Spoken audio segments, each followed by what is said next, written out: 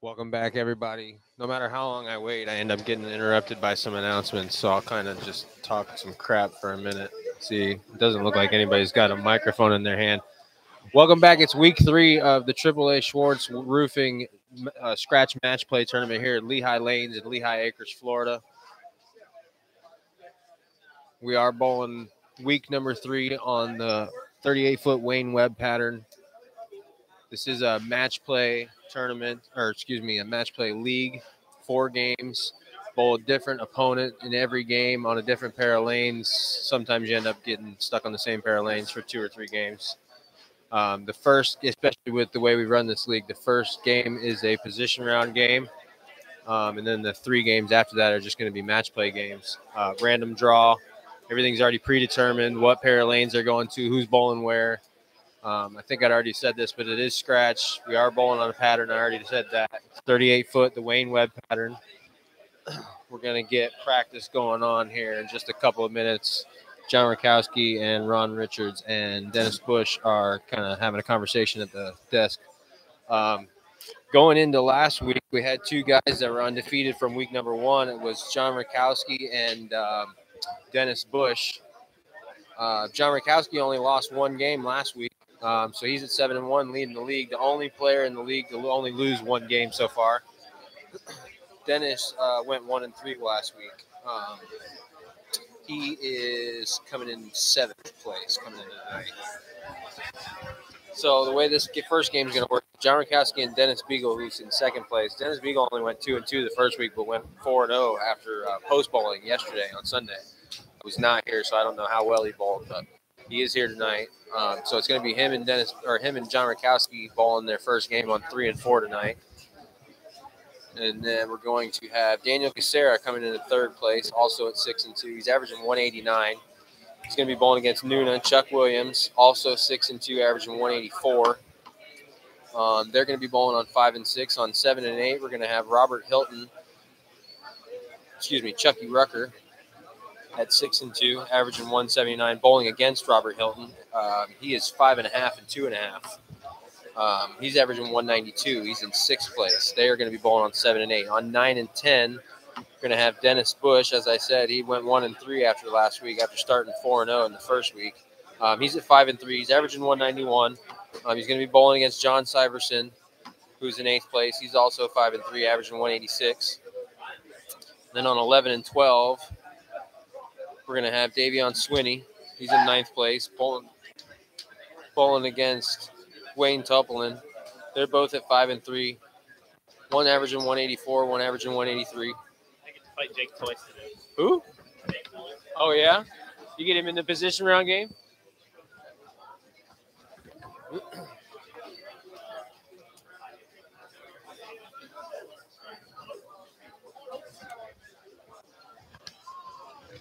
All right, so back down to 1 and 2. In 11th and 12th place, you're going to have Jordan Frazier and Joe Gardado bowling each other. They're both at 5 and 3.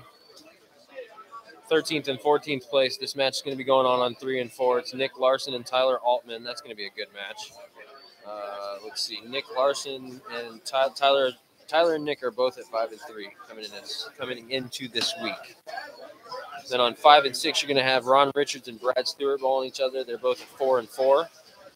On 7 and 8, you're going to have Joe Barna and James Kreutz, also both at 4 and 4. On 9 and 10, you got Jake Miller and Ryan Williams, both at 4 and 4. 11 and 12, you got Donnie Schwartz against Scott Chakosky, both at 4 and 4. Back down to 1 and 2, you got Bobby Hamilton bowling against Dave Covington. Bobby Hamilton's 3.5 and 4.5. Dave Covington is 3 and 5. Let's see, 3 and 4. You got Scott Whiteleather bowling against Brandon Rucker to start this night. Both players at 3 and 5. We're gonna have a little break for some announcements.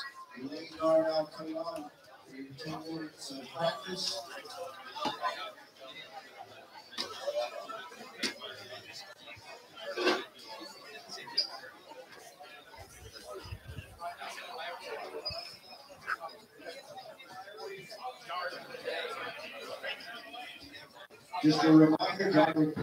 Kowski request all last 2 weeks' payment be made by the 5th week. We're in the 3rd week, so we're in the next 2 weeks.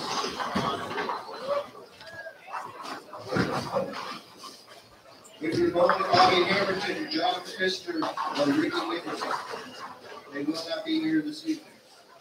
Bobby Hamilton, John Pfister, Ricky Nicholson.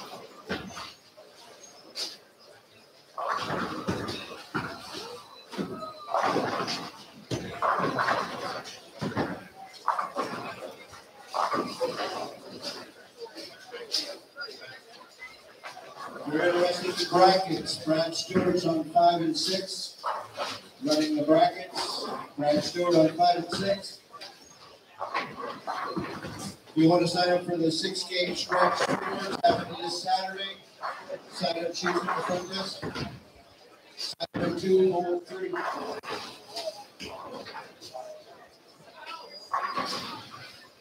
So that's going to do it for the announcements. Dennis just set down his microphone.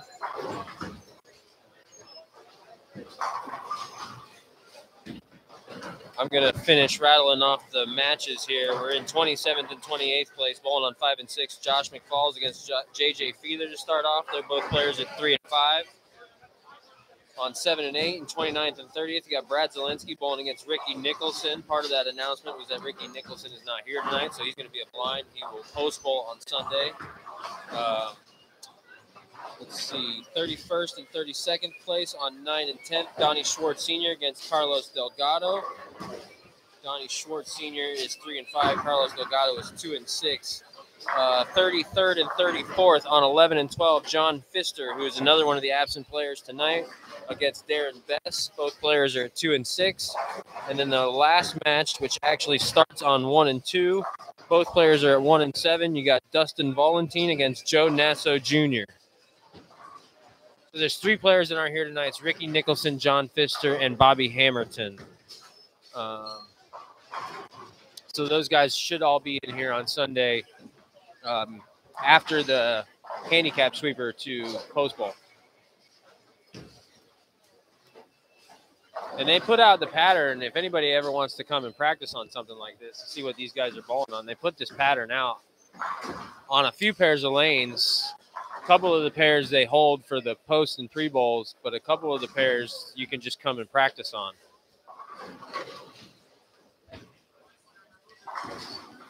So this is a fairly short pattern. Most people would call it a short pattern. It's shortish. It's 38 feet. It's a little bit asymmetrical. It's a little bit biased to the right side, and it's a little flatter on the left side of the pattern than it is on the right side. I don't have the pattern in front of me, but I think it's 2.6 to 1 on the left and 3.0 to 1 on the right. So you see a fair amount of urethane going down the lane in the beginning of the night. There was some higher scores in here from the first week than there was last week. So I'm really interested to see how tonight goes. Nick Larson looks to be struggling to walk right. He looks like he's walking like me right now. I have a broken foot.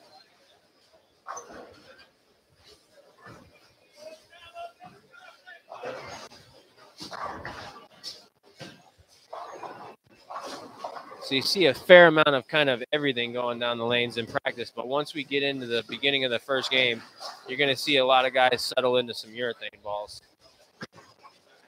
Wayne Topolin just threw a track Paragon down there. Dennis Bush on lane 10 just threw a big strike with the purple hammer. Yes, it's just practice, I know.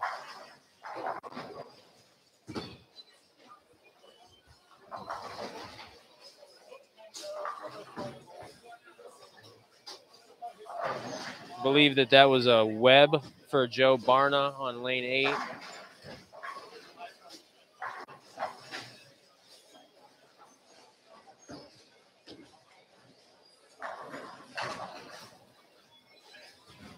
Not even going to talk about that one. Brad Stewart's about to throw a power torque down lane 6. That was a very big strike by Robert Hilton on lane 7 with the purple hammer. That's got to be a low flare power torque or something.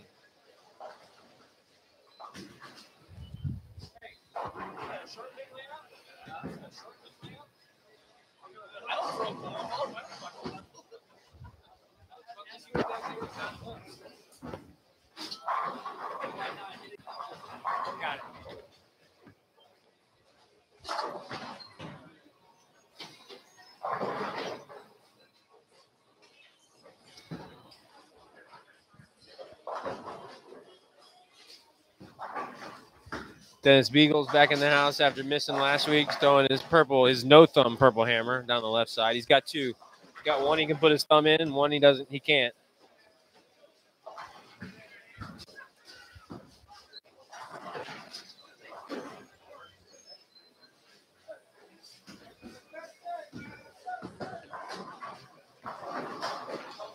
Very interested to see what Tyler Altman does in here tonight, because after not even, I don't think, bringing urethane in here for the first 2 weeks, he's finally got one in here, and it's not the purple hammer. It's that new attitude control that Brunswick just released. But I think that's a deviate collision that he just threw down there.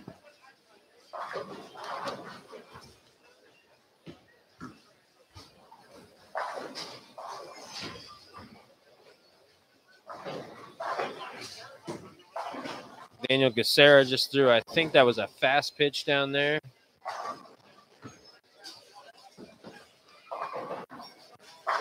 Let's see.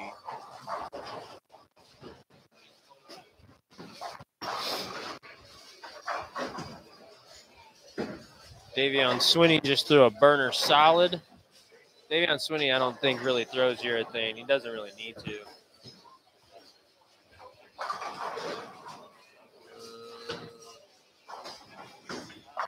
I don't know what ball it was Scott Chakosky just threw down there on the left side, but it looked good.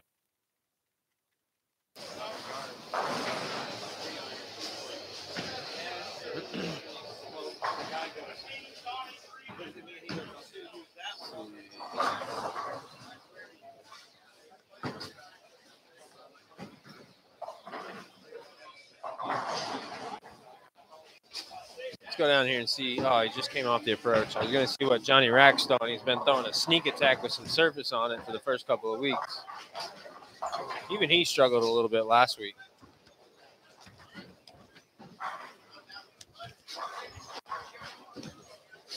We only have one player averaging over 200 in this league so far through 8 games, 2 weeks. It's Dennis Beagle averaging 202.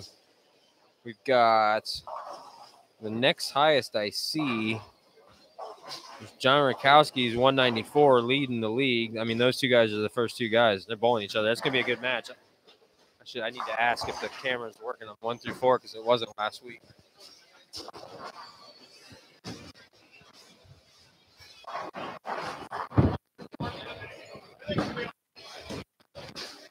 Okay, yeah. So I think 1 through 4 is on. So anybody that's not on 1 through 4 camera wants to see Dennis Beagle and John Rakowski do battle. They're on 3 and 4 to start this night off.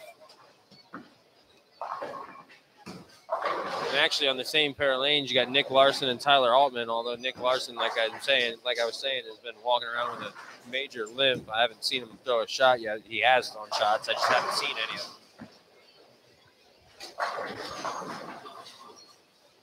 Then on the same camera, but the next pair of lanes over, you got Dave Covington bowling. His match is not here, and Joe's Gardado also bowling against Dustin Valentine. Jordan Frazier also on that lane.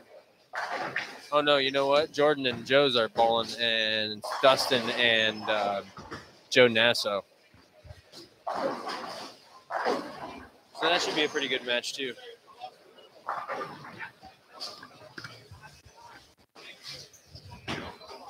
Nuna, Chuck Williams, throwing, I think that was a double cross on lane 5. The ball hooks for a urethane ball. Tyler Altman threw a big strike with that attitude control in the right lane. He's getting up on the left lane with, I think, a Strata hybrid.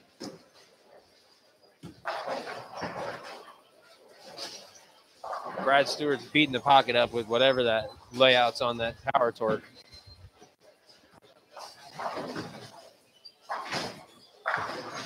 That was a very nice strike for Brad Zielinski on lane 8 with, I think that was a Storm Nova.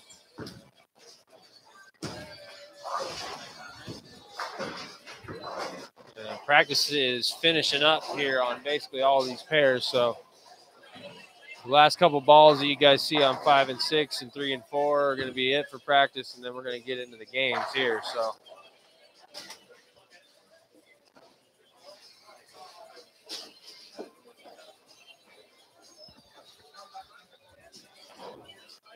yo. Remember, I was telling you the top 2 dogs are on 3 and 4. John Rakowski against Dennis Beagle. The top 2 averages, the top 2 point winners in the league.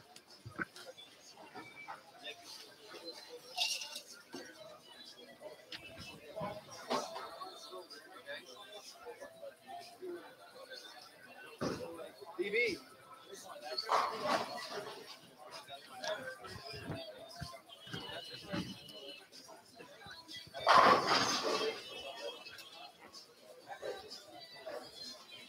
This is not a fast pitch for Daniel Gacera. It's some kind of a blue urethane ball. Maybe that old school hammer. The old one.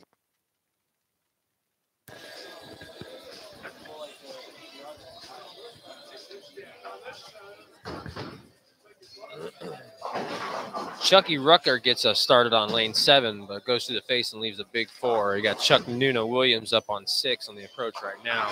John Rakowski on the approach on 3. And John is not throwing that sneak attack that he had been throwing. That was a track Paragon that he must have gotten left the target or threw slow because it went through the face. And he's looking at a 4.710. Dennis Beagle starts the night off with a no-thumb purple hammer. He goes through the face, leaves 2-4.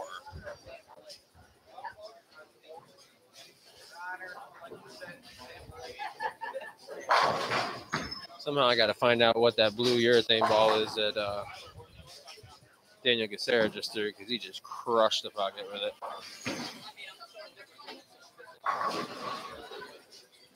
Nuna left himself a 2-pin, and he's going to convert. So John Rakowski on 3 picked the 2 off of the 4.710.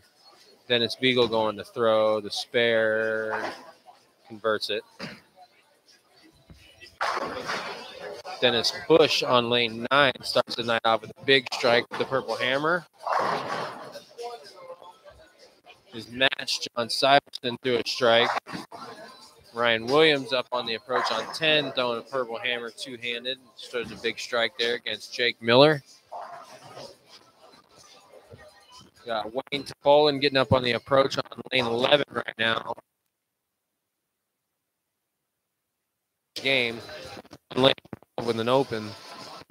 Throwing the track Paragon. Goes it a little high and leaves a 6-pin.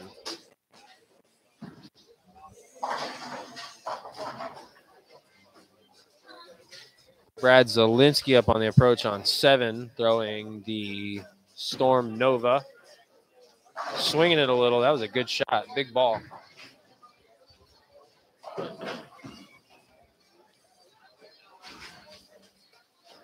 One and two, Jordan Frazier and Joe's Gardado both started off against switch strikes against each other.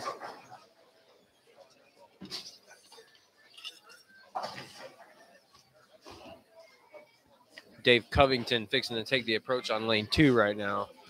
Tyler Altman, well, that was a spare shot, so I don't know what he started this game with. Whatever it was, he went up high and left the 3-6.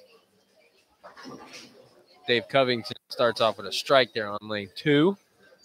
Josh McFall's on the approach on lane 5. That ball hooked. Almost went Brooklyn, left 6-pin.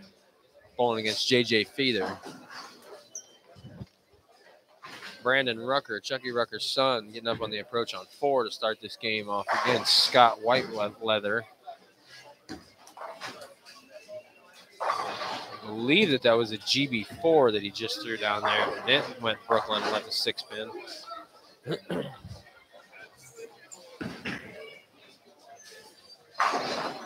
James Kreutz getting up on the approach on 7 right now. Started off this game with an open, bowled pretty well last week, but I feel like he only split the night, and he split the night. Yeah, he's 4-4. He split the night both weeks. Just kind of got unlucky with some draws. I think he shot like a 206 one game, got beat 208 or something like that.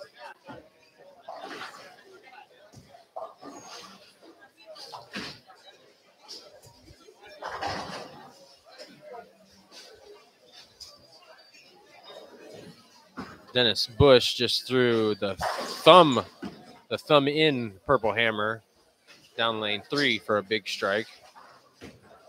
John Rakowski fixing to take the approach on 4 after starting the game off with an open frame.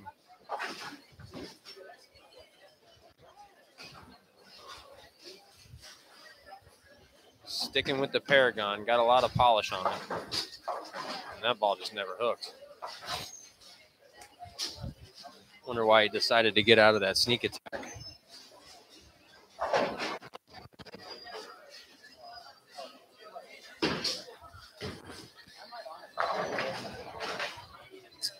Chuck Noonan-Williams, that ball was right of target the whole time and went crossed over. And he's looking at a 5-pin. Everybody raise your hand. Tyler Altman did start the game with the urethane ball. That ball didn't quite hook enough on lane 3, and he left a weird 10-pin. Daniel threw that, whatever that urethane ball is, down there again, and it crossed over almost, and we left a 6-pin. Let's see. Robert Hilton has started this game off on 7 and 8 with a double, bowling against Chucky Rucker. Chucky started off open strike, is staring at a 6-pin, and he converts it.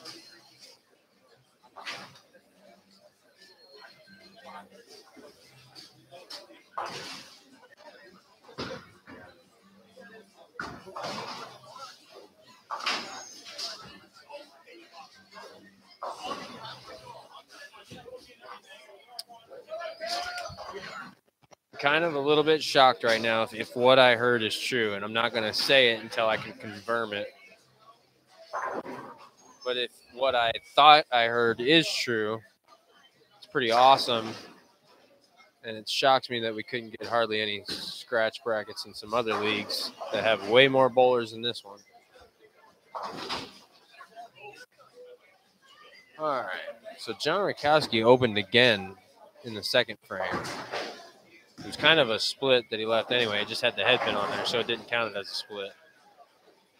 That was a good shot by Brad Stewart. Didn't carry the 10-pin. John's fixing to be up again on lane 3.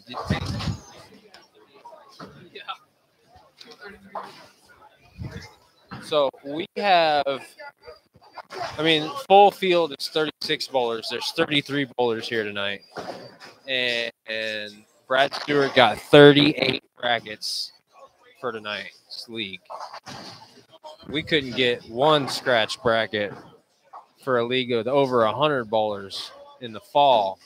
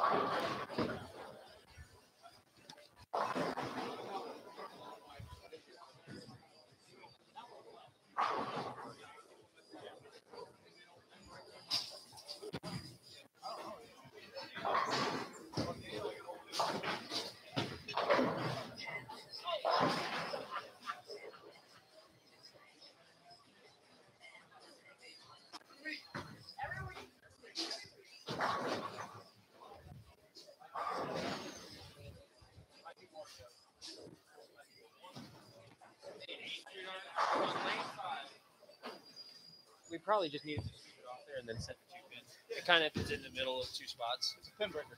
It's a pin breaker.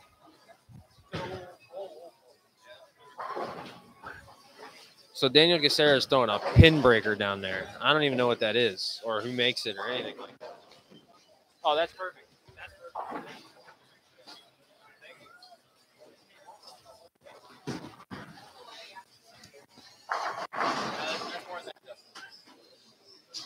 There's more than that? There's going to be more than 38 brackets.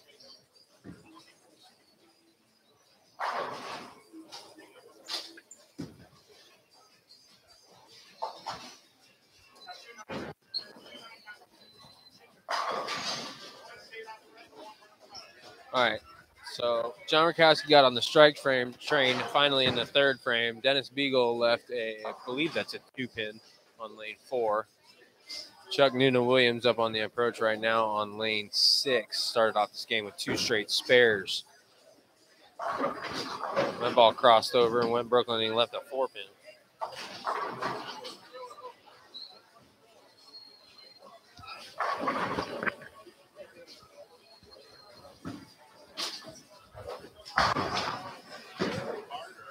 Lane 7, Robert Hilton's coming back from a big strike. Started this game off double and then a spare before another strike in the 4th frame. Bowling against Chucky Rucker.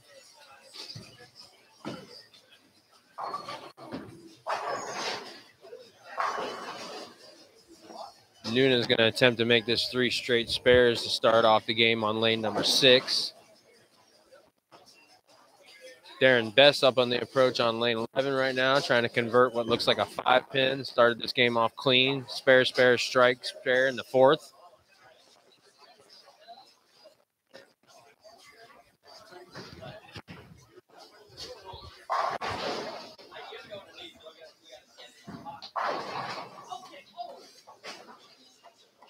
Up on the approach on lane 2 right now, Jordan Frazier throwing a pitch black. Bowling against Joe My. Bowling against Joe's Guardado. Started the game out, strike, open, spare. That could have and should have been a strike for the same price. This is a big, nasty 7-pin. Joe's is clean through 3 and just left a 4-pin there in the 4th frame on lane 1. Dennis Beagle getting up on the approach on 3. Throwing the thumb in Purple Hammer. Ball didn't quite hook enough. Leaves the baby split on the right side. Bowling against John Rakowski. Bowling getting up on the approach on 4. Started the game off open before getting on the strike train in the 3rd frame. Still got that polished Paragon in his hand. Throwing it right up the right side. Looks like he's laying it down about 4 or 5, and that ball just didn't hook. Doesn't want to on that lane for whatever reason. It's a big ball for not wanting to hook, especially on 38 feet. 36 bowlers and 33 bowlers in the house. 36 is a full field. We have 46 brackets in here tonight.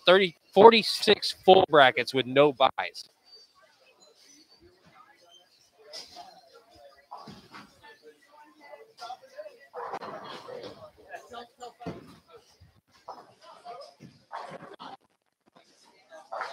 Dennis Bush bowling on 9 and 10 is your only guy that started this game out with more than the front 2. He's on the front 4, and he's going to be getting up on the approach on lane number 9 here in just a minute.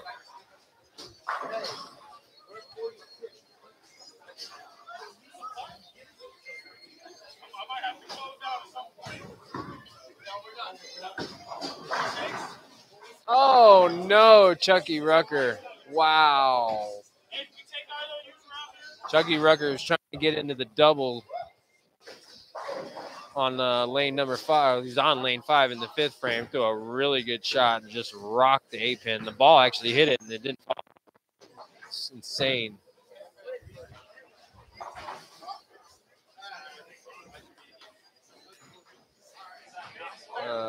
Yeah, 9 and 10. Dennis Bush getting up on the approach, trying to open up here with the front 5.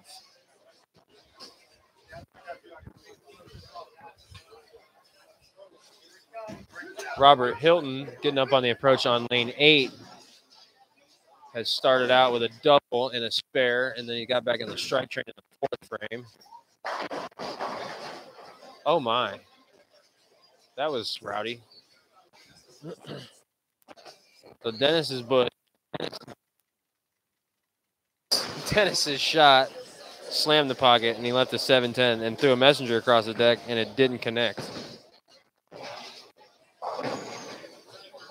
Oh, and then the lane right next door, you got Robert Hilton Pro throws it, and it goes to the face, and the 6'10 standing there, and something crumbles them all over. Yeah, bowling.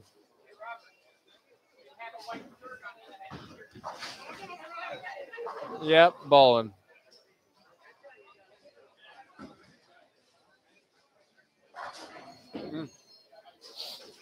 Ron Rickner having a hard time finding a look here to start the night off. He has not had a clean frame yet. Dennis, that was rowdy, buddy. The comments on your phone, if somebody commenting? Probably could pull it up. Stream, and then that way, comments, you can answer their questions. Yeah, that's true. You got 12 people watching you? Yeah. Some nights there's like 20. You're going to be instant famous here in a minute. And that's just on that channel. There's 2 more.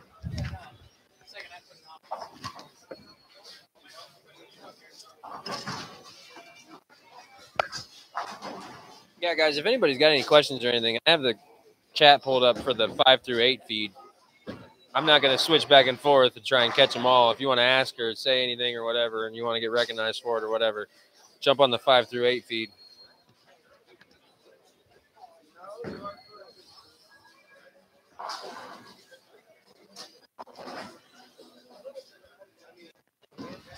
Nick Larson just threw a shot down lane 3 that failed to come back to the head pin.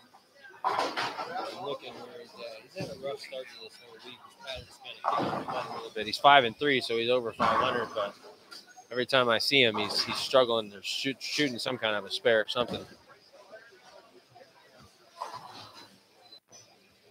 Tyler Altman, on the other hand, had started the league out in the first 2 weeks struggling, but he seems to have found something here with this new urethane ball that he brought in here. For whatever reason, he made a concerted effort to not throw urethane for the first 2 weeks on this pattern, and he won some points because he's 5-3, but he could have won a lot more points if he'd been in here with a purple hammer. He still doesn't have the purple hammer in here. He's got that new Brunswick attitude control on the approach on 4 right now.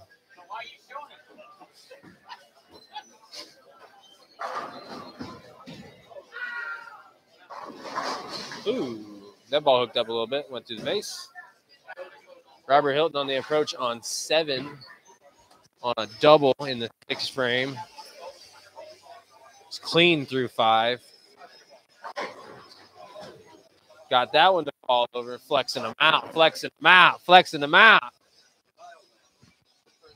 He's on 279 pace. And don't be shocked if he does it.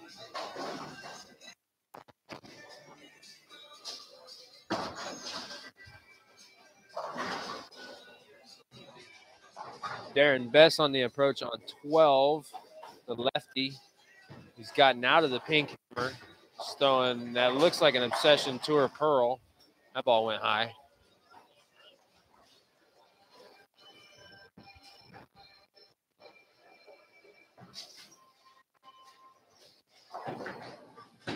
I can already see what kind of night James Kreutz is going to have on lane 7 right now. He bowled really well last week, and he only went 2.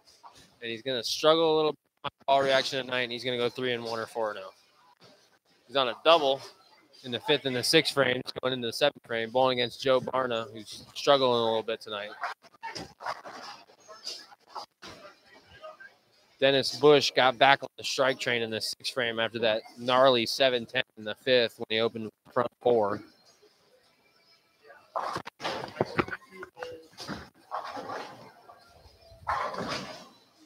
And this is a position round game. Remember that.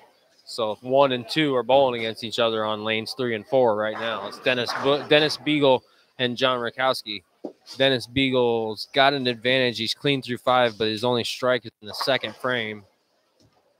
John Rakowski opened this game up with 2 opens before getting on the strike train in the 3rd, spare in the 4th, strike again in the 5th. Dennis has gone to the no-thumb purple hammer on the left lane, and that ball hooked too much. The last time he was up on the left lane, he threw the thumb-in purple hammer, and it didn't hook enough.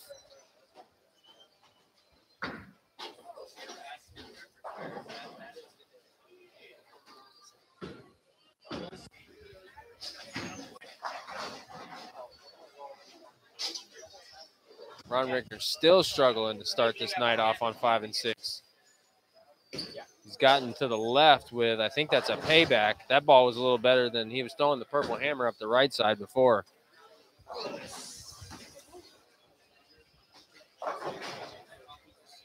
And that pair must be tricky for them guys, 3 and 4. Well, Brandon Rucker's got it under control a little bit. Tyler's doing all right with it too.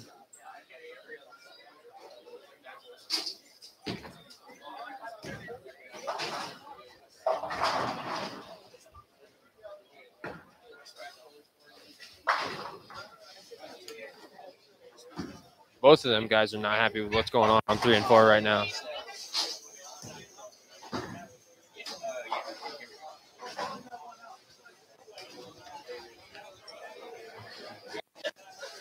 Robert Hilton back up on the approach on 8 with the 3-bagger going into the 7th frame. Oh! Wow. That was definitely one of them weird urethane hits.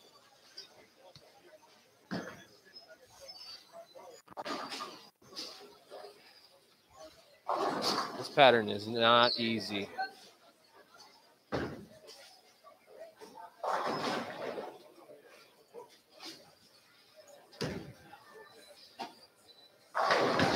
That was a good shot by Josh McFalls there on lane 5. And again, everybody's going to move around after this game. I mean, there'll be a couple of guys that stay on the same pair of lanes, but bowling different opponents on different pairs of lanes.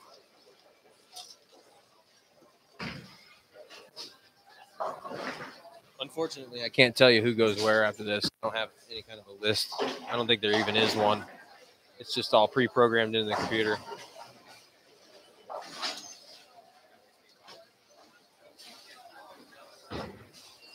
Ready to go, Robert.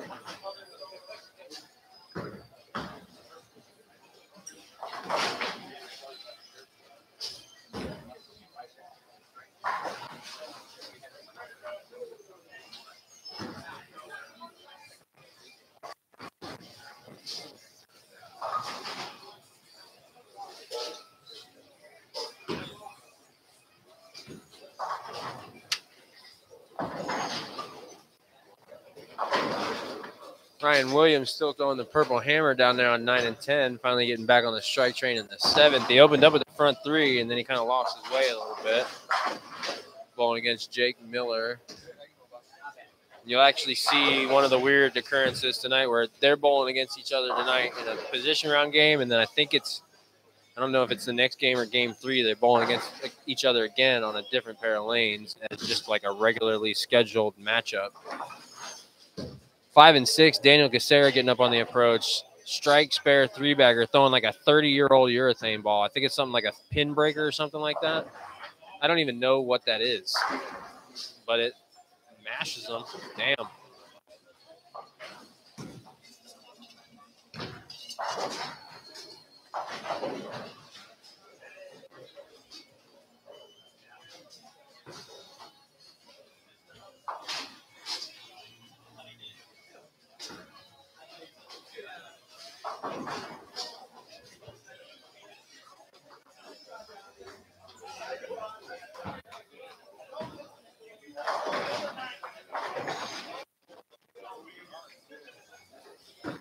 Chucky Rucker got himself a 3-bagger going there and just come off the approach on lane number 8. Bowling against Robert Hilton, so he basically needs to strike out for the rest of this game because Robert is on 257 pace. Started out double, spare, 3-bagger, just spared in the 7th frame. So he's getting up on lane 7 in the 8th frame to try and get back on the strike train here in the first game. Donnie Schwartz Sr. just coming off the approach on lane 9 is one of our title sponsors for this league with AAA Schwartz Roofing. Getting it going. Started off with a couple of opens, and then he struck before 4 straight spares bowling against Carlos Delgado, who's been an up and down game. Dennis Bush, man, that was a good shot, and it just kind of got flat at the end and left a 7-pin.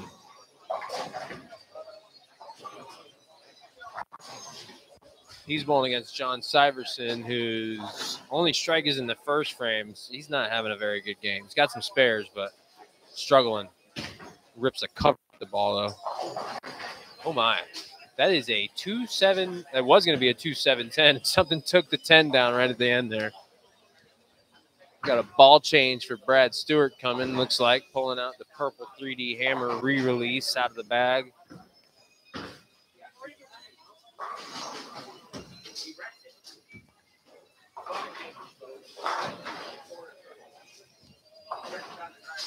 Y'all excuse me for a minute. I need to fire off a text, and then we're going to have a couple of pairs getting down to the finishes, so I'll run you through them.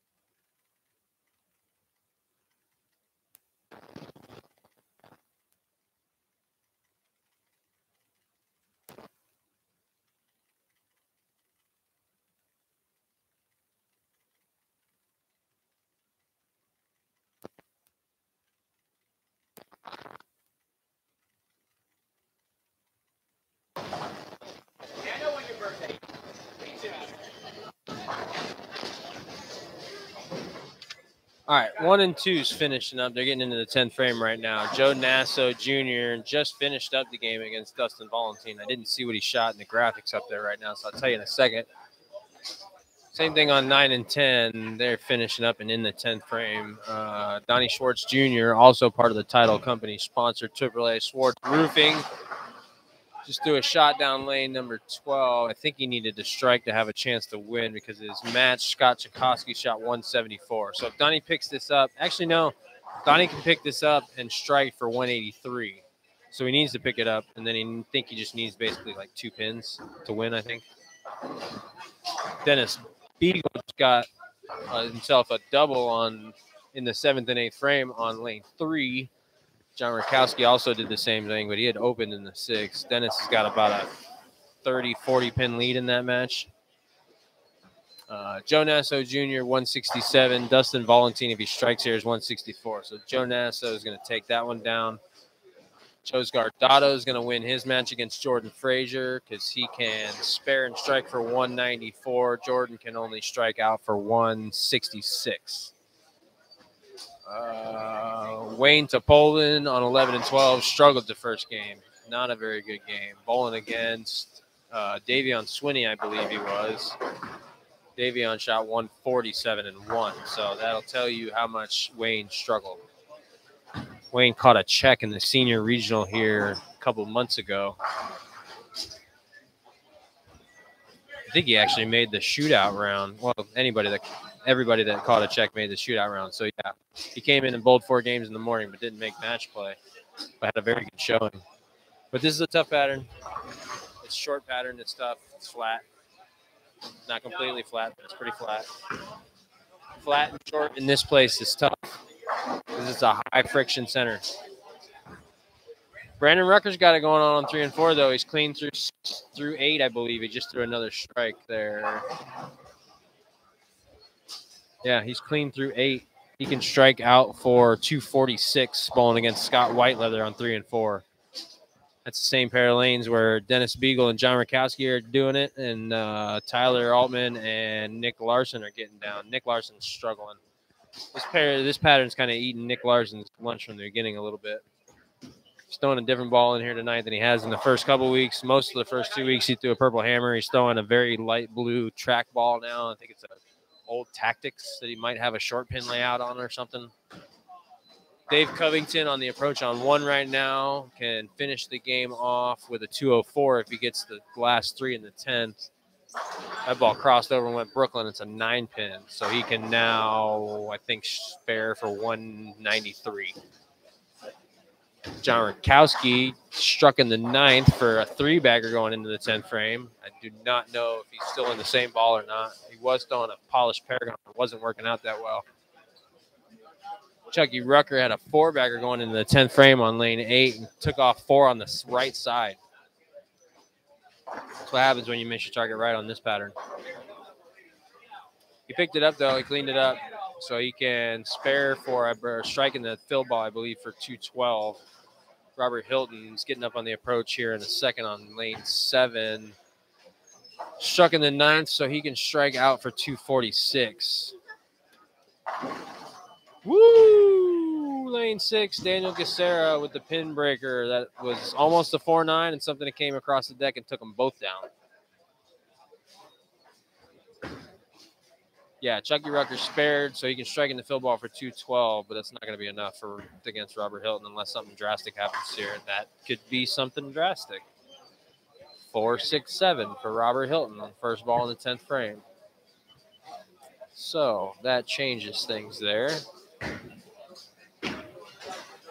I think, if my math is correct, if he takes the 2 off on the side, that it's 214, 215, and that's not going to be enough, obviously, for Chucky Rucker.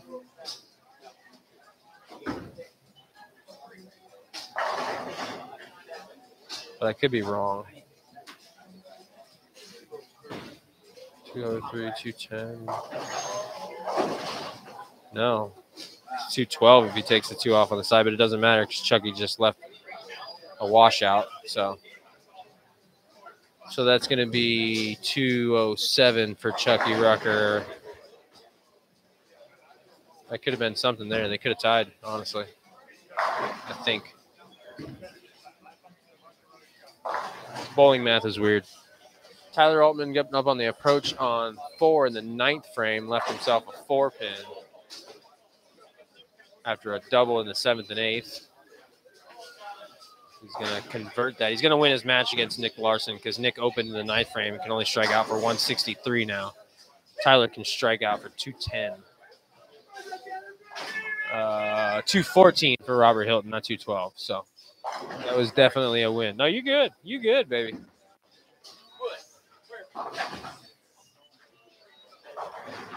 Let's see. Yep, Robert Hilton beat Chucky Rucker 214 to 207. That was a good match.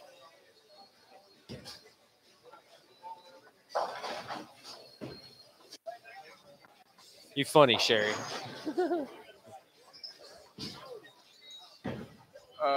It's a PBA pattern, and it's not an easy one. Dennis Beagle carrying a 3-bagger into the 10th frame. That ball was out and failed to come back to the head pin, so he's leaving a washout in the first ball in the 10th frame. That was the no-thumb purple hammer.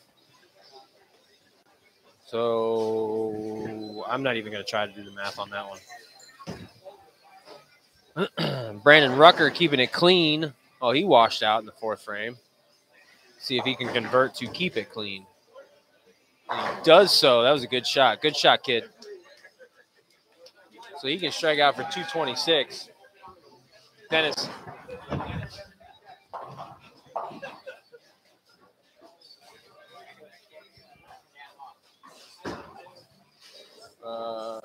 Let's see here. James Kreutz and Joe Barna on 7 and 8. James Kreutz went strike, 8 count in the 10th frame. Can pick it up for 146. Falls away, and he converts. Joe Barna just finished the game, and the little graphic things up there. That was a big tomahawk messenger on lane 5. Daniel Gacera to give himself a double going into the 10th frame. Joe Barna is going to win that one, 153 to 146 over James Kreutz. Brad Zielinski going to up on lane 8. His match is not here. Will be here. Ricky Nicholson will be here on Sunday to post bowl. So Daniel Gacera is going to beat Chuck Nuna Williams in the 3rd and 4th place position round match. Nuna's got a double going into the 10th frame, but had fallen off there in the middle of the game after starting off with 3 straight 9 spares. Ron Rickner has finally got himself something going here from the far left side of the lane. He's just got himself a 3-bagger going into the 10th frame, although I think that ball crossed over with Brooklyn.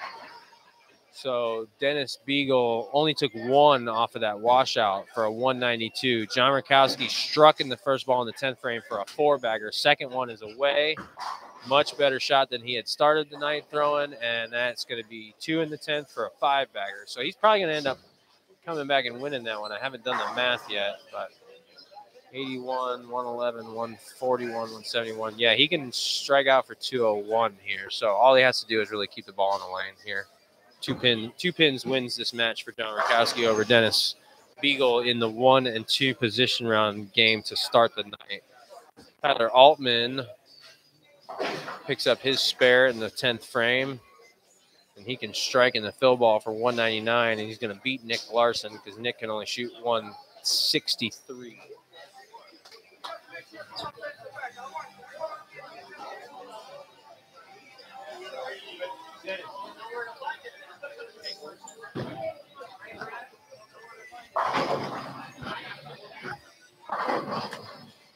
And that's going to be a strike for the back 6 for John Rakowski to shoot 201 and beat Dennis Beagle 192. So that's going to keep John with only 1 loss for the whole league. It's going to move him to 8-1. It's going to put Dennis Beagle back at 6-3. So Daniel Gacera is going to move ahead of him with this win over Chuck Nuna Williams. Is going to move it to 8-2. Nuna's going to drop down to 6-3 with Dennis. Chucky Rucker lost to Robert Hilton, so that's going to drop him down to 6-3. Move Robert Hilton up to 6.5 and 2.5.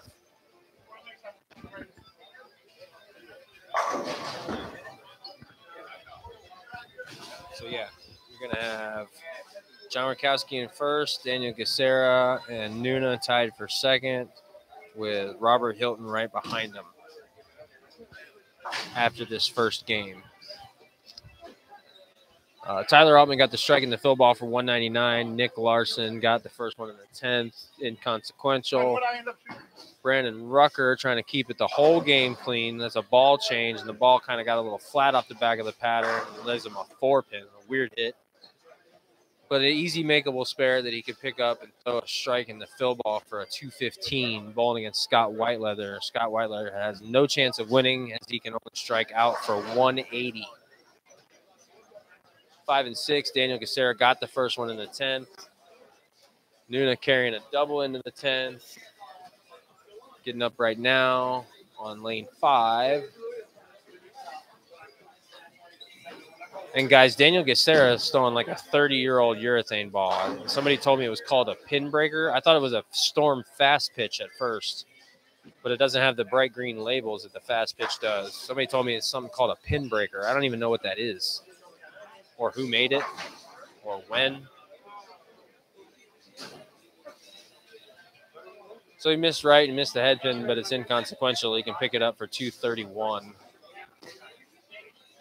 I think Robert Hilton's, what was that? He shot 214. So this is probably going to be the high game of the night for the first game. Other than that, 201, 204, 212, 214, 215. All right, so Daniel is going to shoot 229 against Nuna can spare here in the fill ball for 190.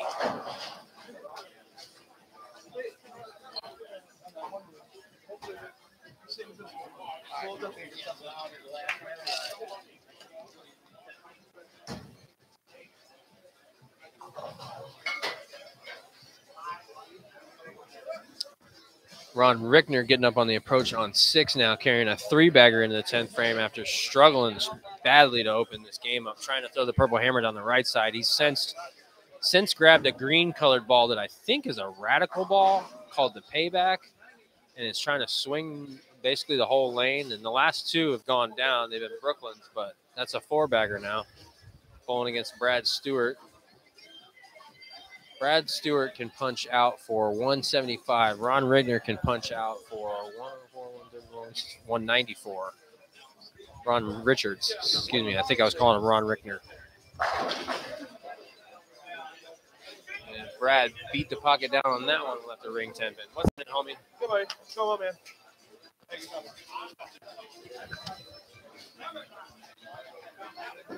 People are starting to shift around. This 5 and 6 is the last pair to finish this first game. Looks like Brandon Rucker's going over to 1 and 2. Looks like Brad Zielinski's going over to 1 and 2. Tyler Altman just moved his stuff over to 7 and 8. Brad Stewart just whiffed that 10 pin, so that's going to be a definite win now for Ron Richards after starting this game off with 4 opens in a row. Open, open, open, open, spare, spare. Now 5-bagger going for the fill ball in the 10th frame. And that ball is going to be left to target. It's going to cross over and finally not going to carry one. And that's going to be, I believe, what did I say, 193 because it was a 9 count because he just shot 194. Nuna's going over to 7 and 8. Last match to finish the first game is going to be JJ Feather and Josh McFalls on 5 and 6. JJ can strike out for 168. Josh McFalls can strike out for 162. So tight match.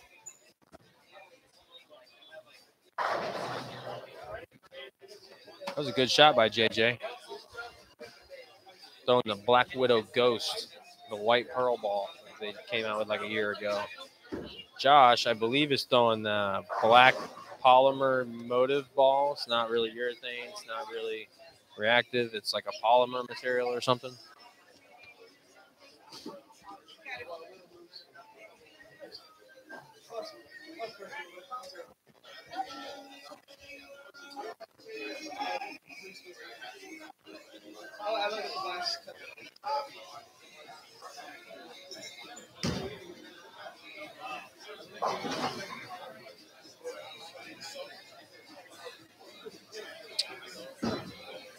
Sorry, how do you spell void?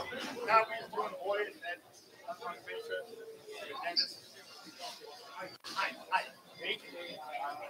So while there's kind of right, the best looking 190 game I've ever seen. While we're getting set up here for the second game, what's up, Dave? Sunday morning, every Sunday morning. So this Sunday morning and every Sunday morning they run. Oh, geez. All right. I'll be back with you guys in just a minute.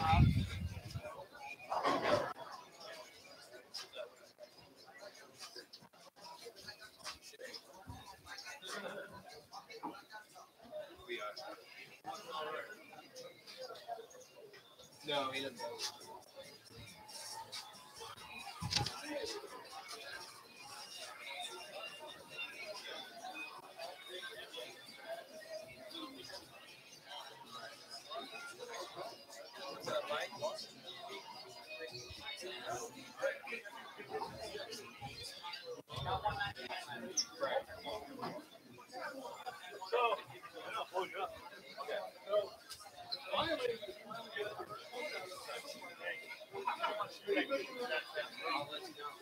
Or if he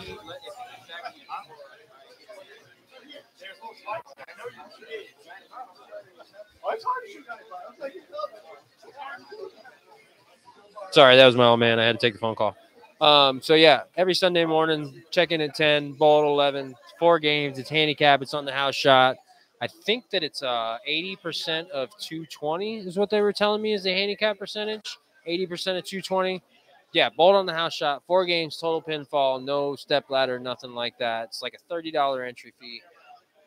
They open the place up at 9 o'clock. They make a great breakfast in here. Come down and get you some breakfast. Have a good time. They usually get like 20, 25 bowlers. I think they'll fill it at 36. What's up, George? Nothing much. How are you? Same old, buddy.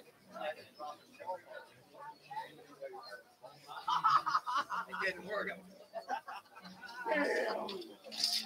Oh, I got 2. All right. Matchups are up. Guys are getting set on their lanes. I'm going to go behind 1 and 2. This should be fun. Good thing I realize now who Brad and Brandon are.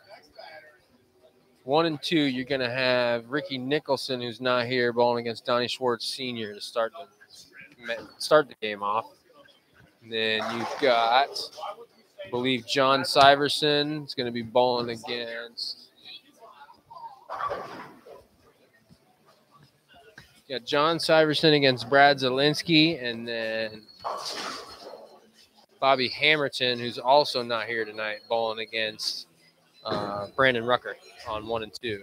3 and 4, you got Josh McFalls against Davion Swinney.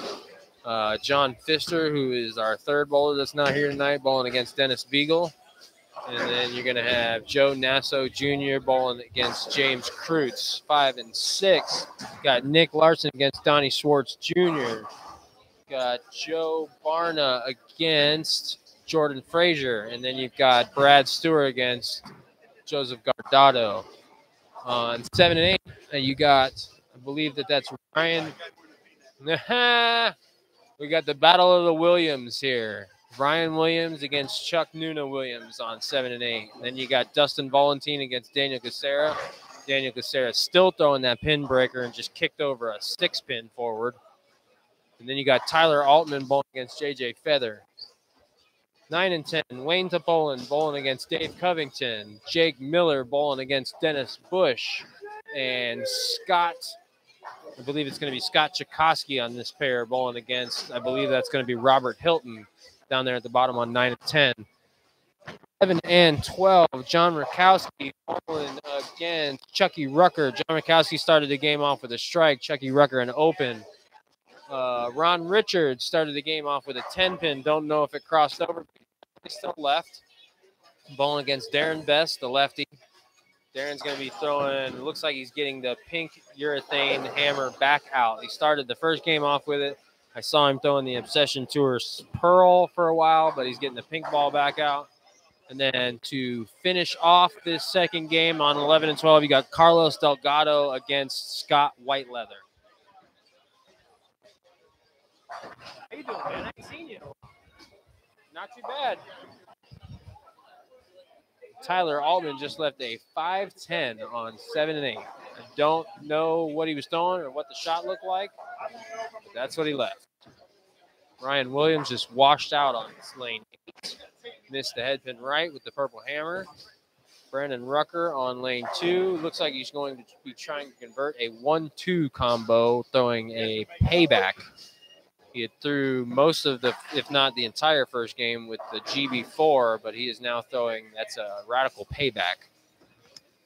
Brad Stewart on 5 and 6, same pair of lanes he was on in the first game. Still got that power torque in his hand and threw it really well in practice. It was beating up the pocket in practice and blowing him up. He was still beating up the pocket in the first game, and that was pretty much the result right there when he beat up the pocket in the first game with that ball. And it's hard to give up beating up the pocket with a ball, even though it's not carrying, because, I mean, you know how to get to the pocket there. Davion Swinney on the approach on 3 started off this game with a strike. And he is still throwing that burner solid.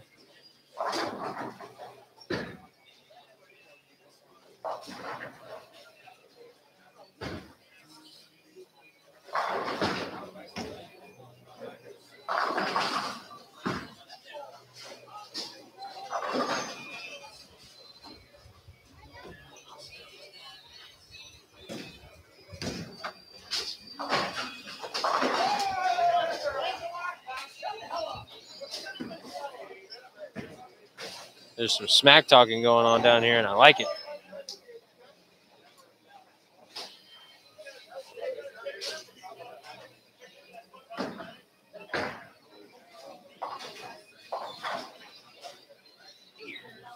Smack talking going on between Dave Covington and I think that was Scott Whiteleather, or Scott Chakosky, excuse me.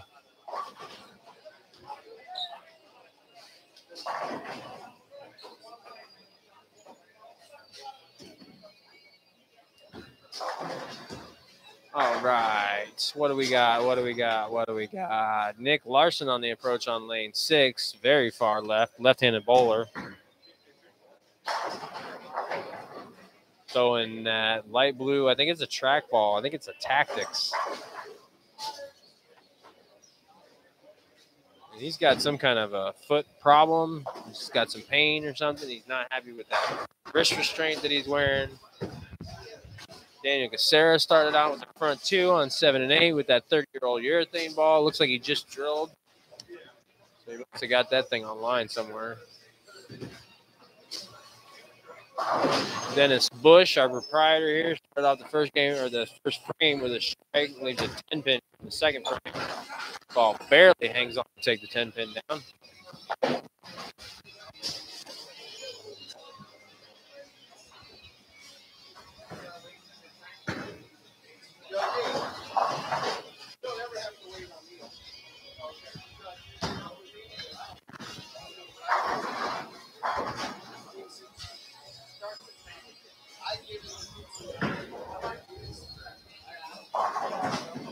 Robert Hilton on the approach on lane 9 right now. Started off the game with a spare. This is the second frame. He's still throwing the purple hammer.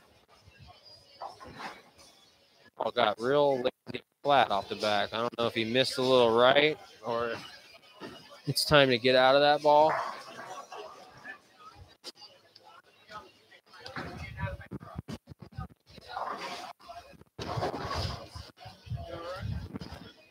I'm sure most people watching know that if you throw urethane, it carries the pattern down and makes the pattern longer.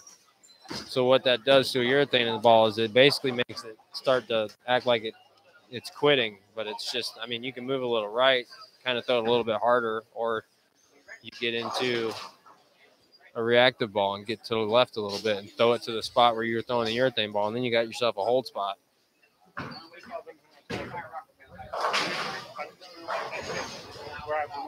Jordan Frazier throws that spare ball 23 miles an hour, and it sounds like it.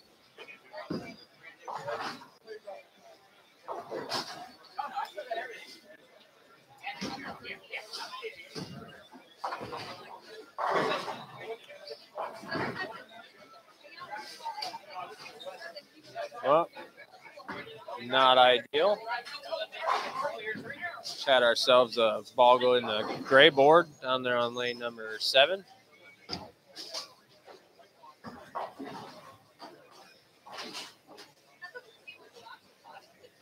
Wayne Topola struggled big the first game on 11 and 12, has gone over to 9 and 10, and it looks like he's gotten his purple hammer out and is now gone spare double.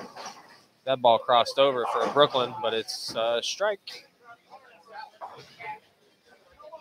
Jake Miller, who struggled the first game on this pair of lanes, I believe, against Ryan Williams, has started this game off with a double. I'm going to stand here and see how he's throwing it for this ball.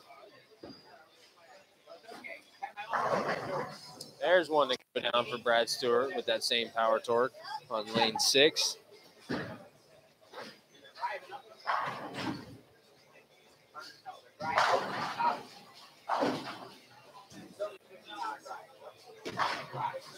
Jake, I believe that was an altered reality for Jake Miller, and that ball missed the headpin right.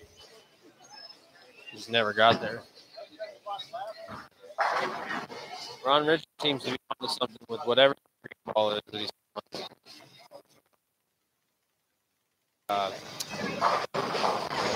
deal breaker or something like that.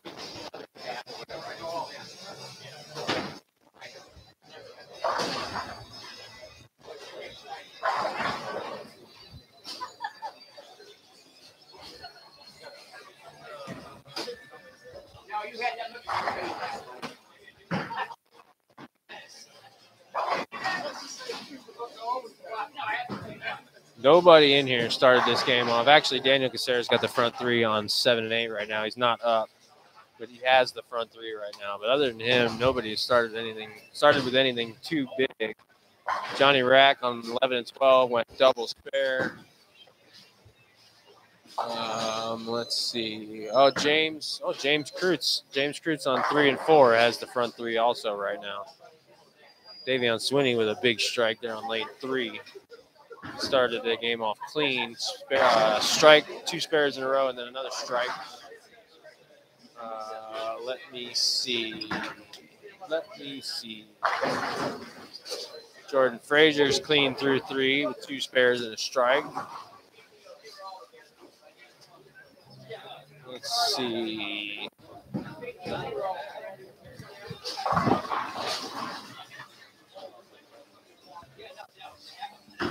Robert Hilton on the approach on 10 right now. Started us game off spare open.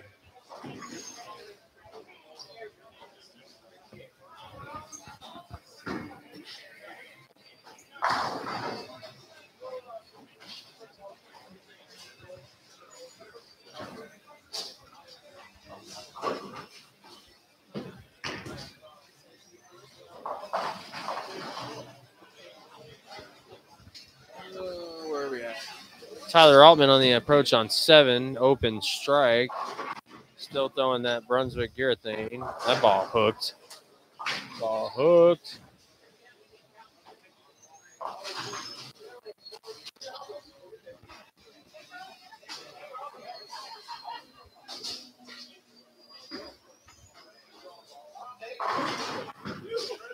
Nick Larson gave up the wrist support thing, but I think I would have. Maybe he's going out of town and he can't make it to post ball on Sunday, but I think if I was hurting as bad as it looks like he's hurting tonight, I would have surrendered tonight and came in on Sunday hoping I'm feeling better.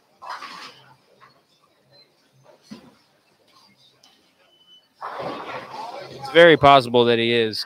Kid bowls for the Weber international team, the college team. I have no idea what their schedule is like.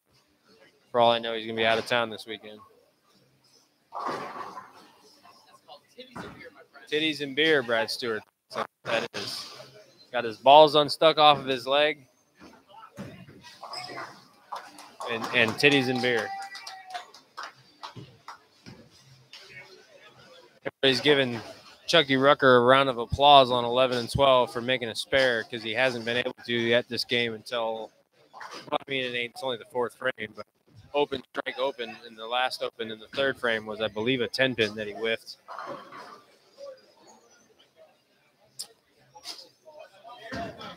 Tyler Altman getting up on the approach on 8. I'm going to watch this Brunswick urethane ball go down the lane again.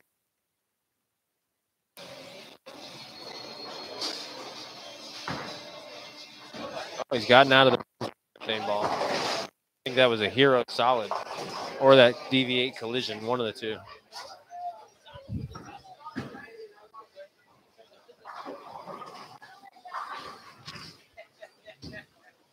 I'm going to order me something to eat real quick. I'm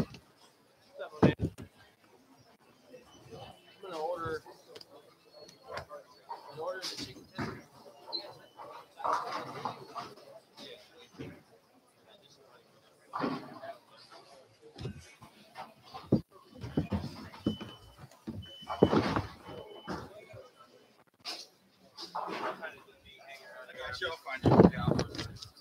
Thanks, man.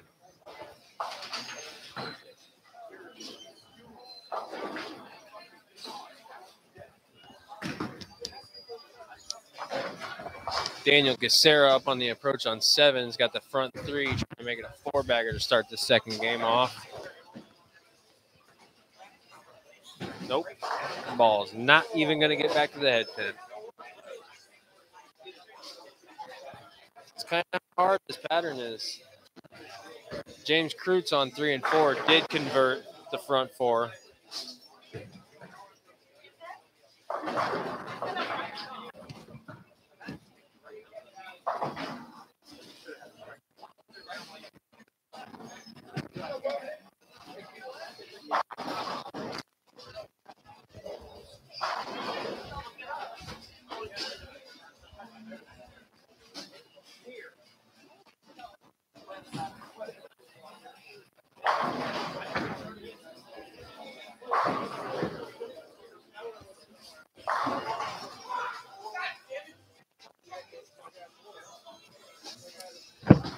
So I'm sure y'all heard that. That was a big, big ball by Brad Stewart on lane 6. Left him another 9-pin.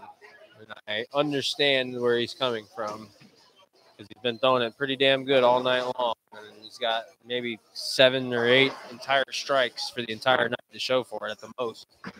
That might be an overstatement.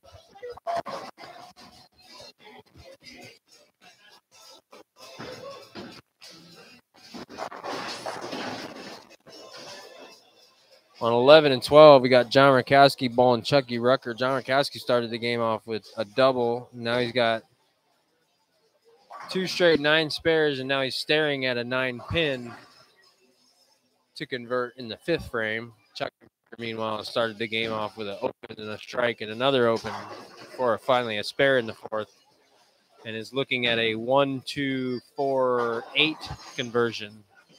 Whoa. Never mind.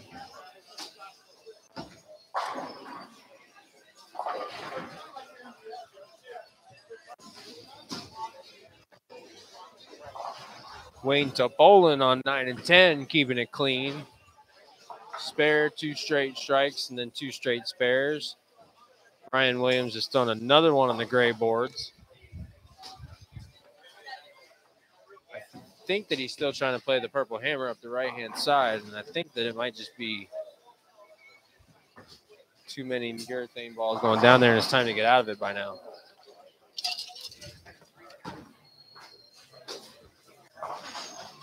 Or he could be missing.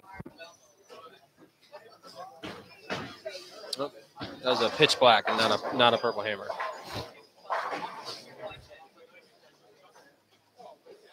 Let's see. Dennis Beagle on 3 and 4 is clean through 5 with strikes in the 2nd and 5th frames. James Kreutz finally missed in the 5th frame. He had the front forward for a 9 and did not convert to the spare. Lanes 1 and 2 are moving right along, and they probably should slow down because it's not exactly like they can go into the 3rd game as soon as they get done with this game. They're already in the 7th frame. Everybody else is 5th frame, 4th frame, 5th frame, 5th frame. 7th frame, fixing to get into the 8th frame. Shit, one guy did bowl the 8th frame already.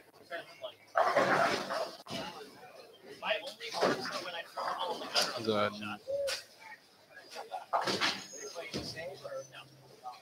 was on 9 and 10, and they played super easy and Brad Stewart getting up on the approach on 5.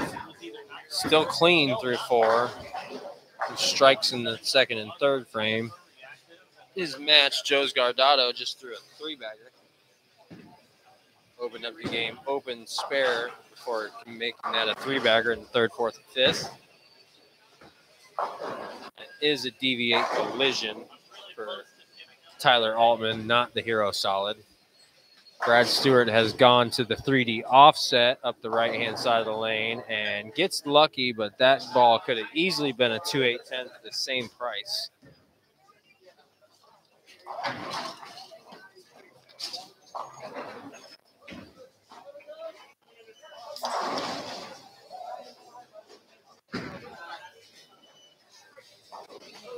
Donnie Schwartz Sr. got himself a 3-bagger here going into the 6th frame. Started the game off spare open, and I cursed him because he missed the head pin right. A big strike for J.J. Feather there on lane 8. Getting himself a double going on there. Dennis Bush keeping it clean the hard way on 9 and 10. Striking the 1st frame. He's got 2 splits, but he's clean. 7 split in the 3rd frame, 6 split in the 5th frame. I didn't see what either of them actually was, but he's clean. John Rakowski keeping it clean through 6 frames, getting back on the strike train and in the 6th frame on 11 and 12. Bowling against Chucky Rucker, who almost at this point has no chance. Unless he jumps on the strike train and John starts missing. But how often does John do that? Never. I don't know how Ryan Williams just got that ball to hook back from Egypt, but he did. Robert Hilton just threw the ball down lane 10, still throwing the purple hammer. The ball went early, and it leaves a baby split. He's still clean. No, he opened in the 2nd frame.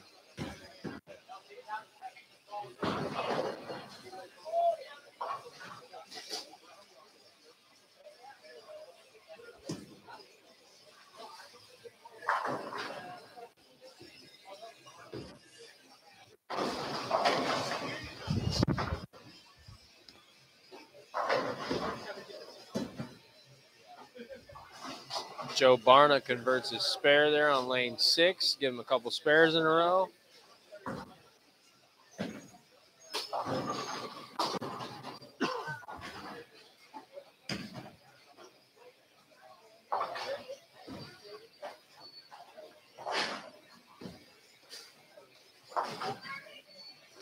Let's see. John Syverson on 1 and 2 has got a pretty decent game going. Strike open, double, spare, 3-bagger.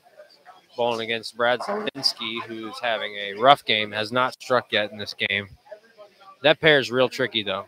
That pair, I mean, I'm sure you guys have heard me talk about it a decent amount over the last couple of months, but lane 1 hooks like 4 or 5 boards more. Sometimes can be like 7 boards more than lane 2. And then when you get to a certain point, when you get so far left on lane 1, there's a spot in the heads where the ball hits the lane at where the ball will jump up and to the left a little bit.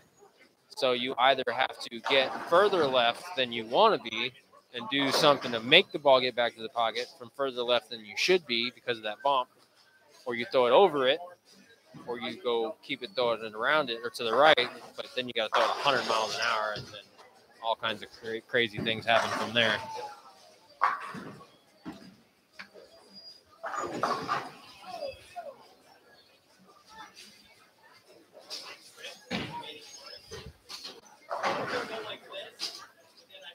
Oh, let's go. Dennis Bush back on the strike train on 9.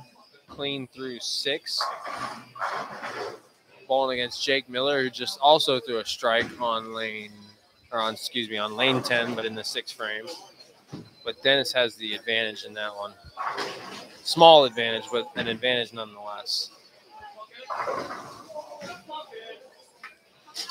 JJ Feather on the 3-bagger on lane 7 there with the ghost ball.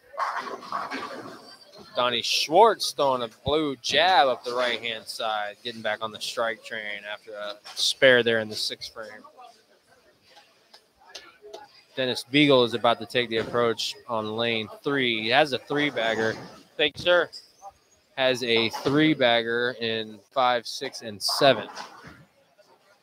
I'm going to take a little break here and eat my dinner that they just brought over to me, but I'll be back for the 10th frame on some of these pairs.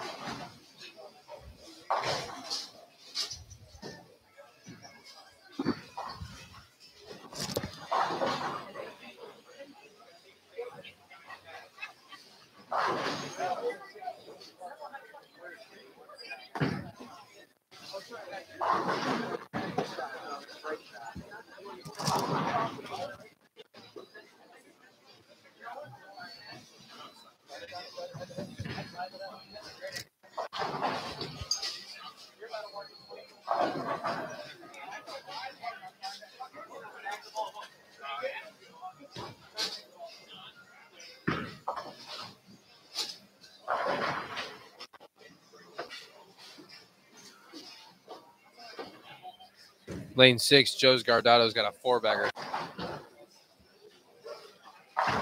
Make it 5. 1 and 2 is getting into the 10th frame. Donnie Schwartz, senior, shot 181 against Ricky Nicholson, who's going to post ball on Sunday. Brad Zelinsky is going to lose to John Syverson. John Syverson can strike in the fill ball for 202. Brad Zelinsky shot 137. Brandon Rucker can strike in the fill ball for 175, bowling against Bobby Hamilton, who will post bowl on Sunday.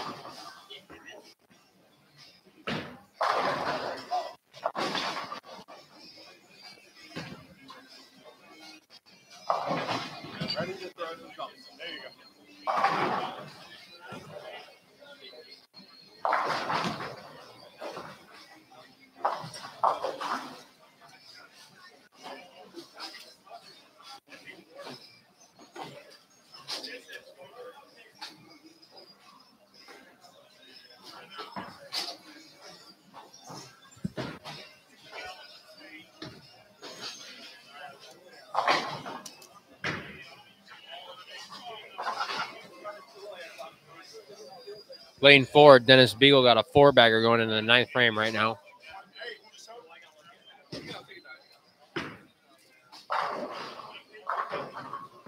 Make it 5.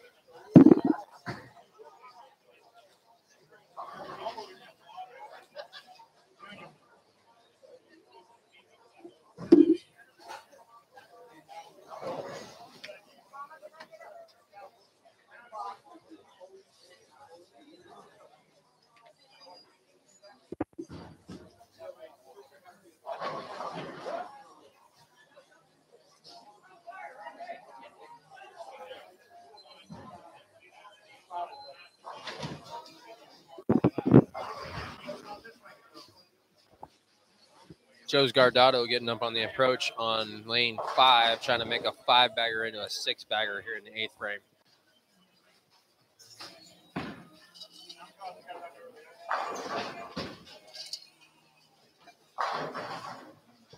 Good ball, ring 10. Tyler Altman on 8, trying to make a 3-bagger into a 4-bagger. A little high, trips over 4-6.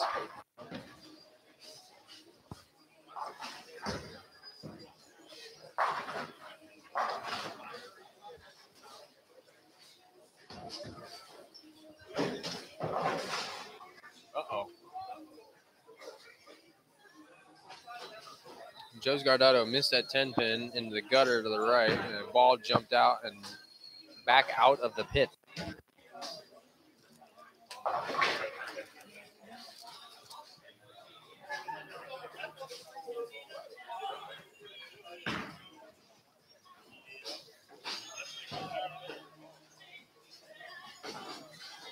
There's been, I think, 5 gutter balls, first ball gutter balls thrown in this game alone on 7 and 8. One from one player, and all the rest of them from another player.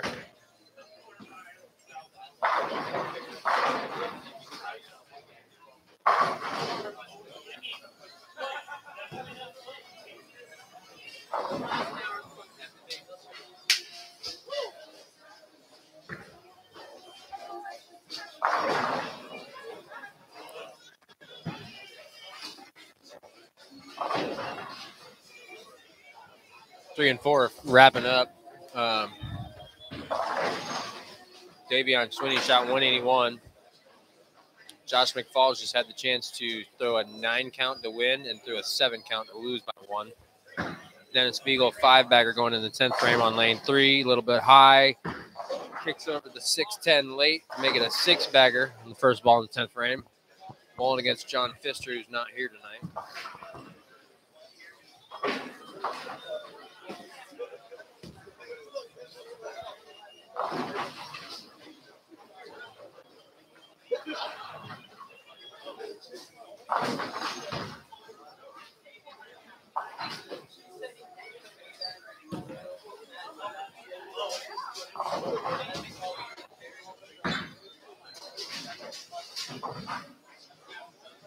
Dennis up on the approach right now for the second ball in the 10th.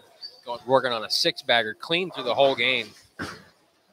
Spare strike, 2 spares in a row before this 6-bagger. Wow, urethane hit. A little bit high with a urethane hit, or a little bit light, I mean, with a urethane hit, and he leaves a 5-pin. So he can pick that up for 248. That's more than likely going to be the high game of the game and probably the night, honestly. As tough as this pattern is, Tyler Altman is about to take the approach on lane 7 with a 4-bagger going into the 9th frame.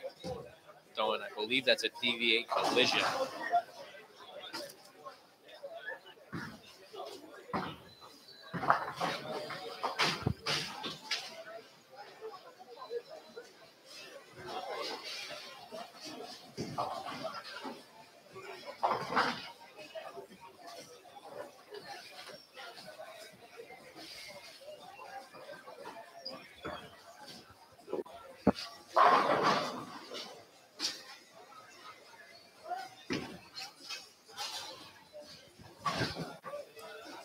So Dennis did spare there in the fill ball for 248 against John Pfister. I think it's pretty safe to say that that's going to be a win for Dennis. Not that it has anything to do with John and his ability, just that it's a 248. And this is not an easy pattern. Joe's Gardotto back in the strike train in the 9th frame after that 10-pin whiff there in the 8th. If he strikes out, he's going to shoot 236. Tyler Altman strikes out. He's the one with the 5-bagger going into the 10th frame. He can shoot 87, 127, 157, 186, 247. So he would come up 1 pin shy of Dennis.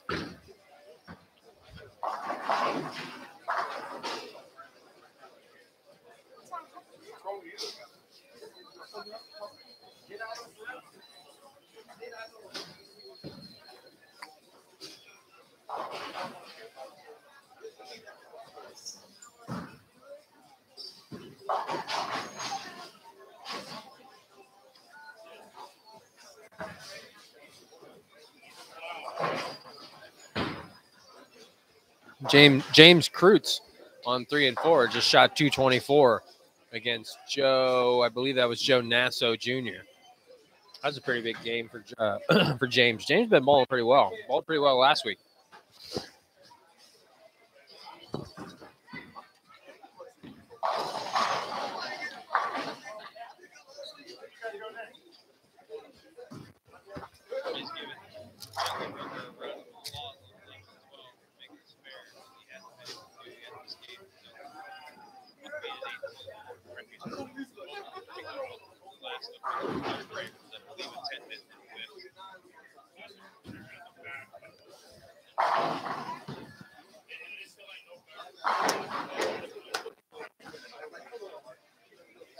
Tenth frame, 11 and 12. Chucky Rucker bowling against John Rakowski went spare 9 count in the fill ball in the 10th frame for 154.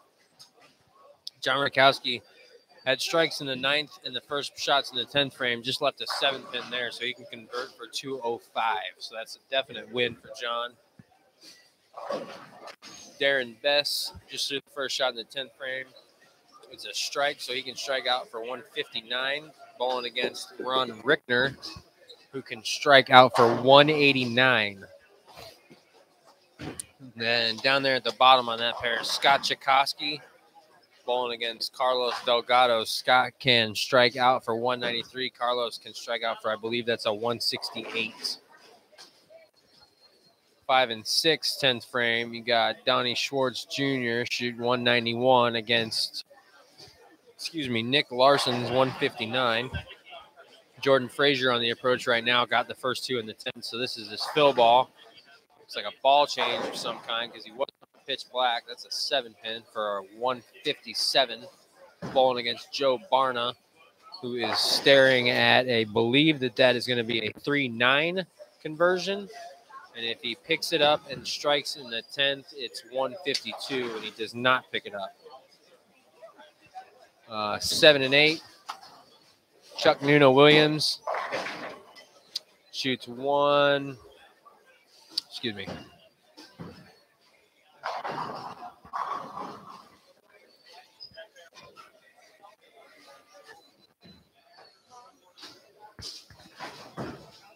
Nunes shoots 127. Ryan Williams shoots 143. Daniel Gacera shoots a 172 game against Dustin Valentine, who's yet to finish. He can convert what he's got standing in front of him for 161, so that's going to be a win for Daniel. JJ Feather has not done anything yet in the 10th frame, but he's bowling Tyler Altman. JJ strikes out. It's going to be 195. Tyler strikes out as 247. Joe's Guardado spared in the beginning of the 10th frame so he can strike in the fill ball for 216, balling against Brad Stewart, who opened in the 8th and 9th frames. And that ball just went a little high, left him a 3-pin, so he can convert that and strike in the fill ball for 172. So that's a win for Joe's Guardado. 9 and 10. Dave Covington shot 168 against Wayne Topolin's 187.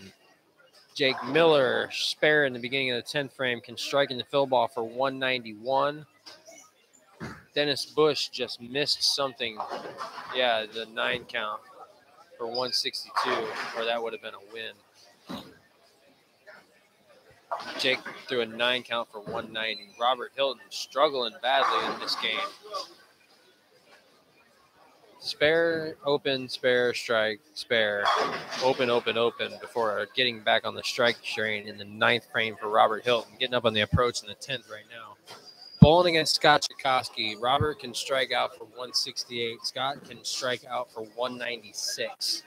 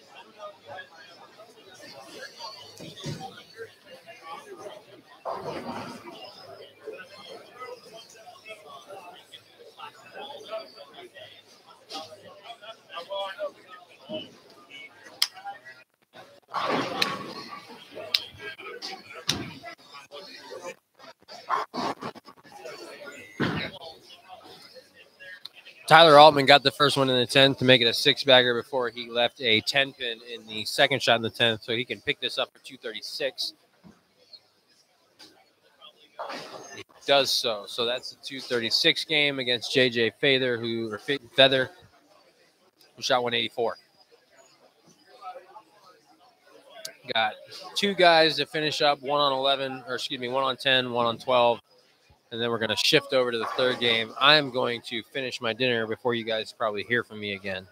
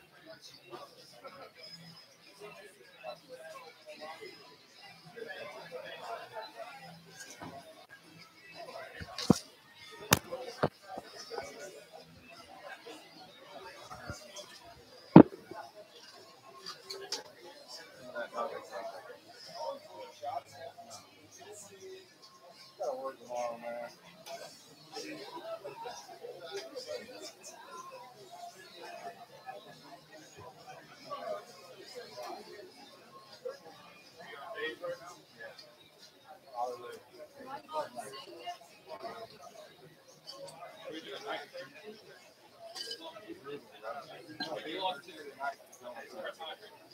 don't feel so bad.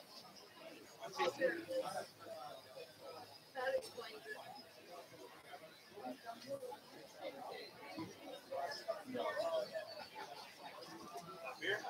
Same card, right? Let's do it.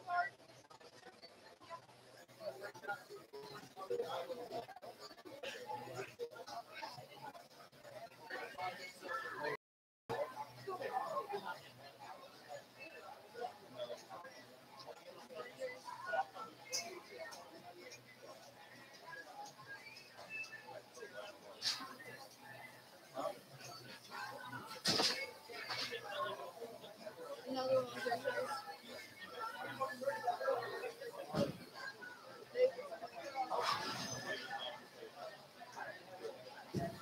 Yeah.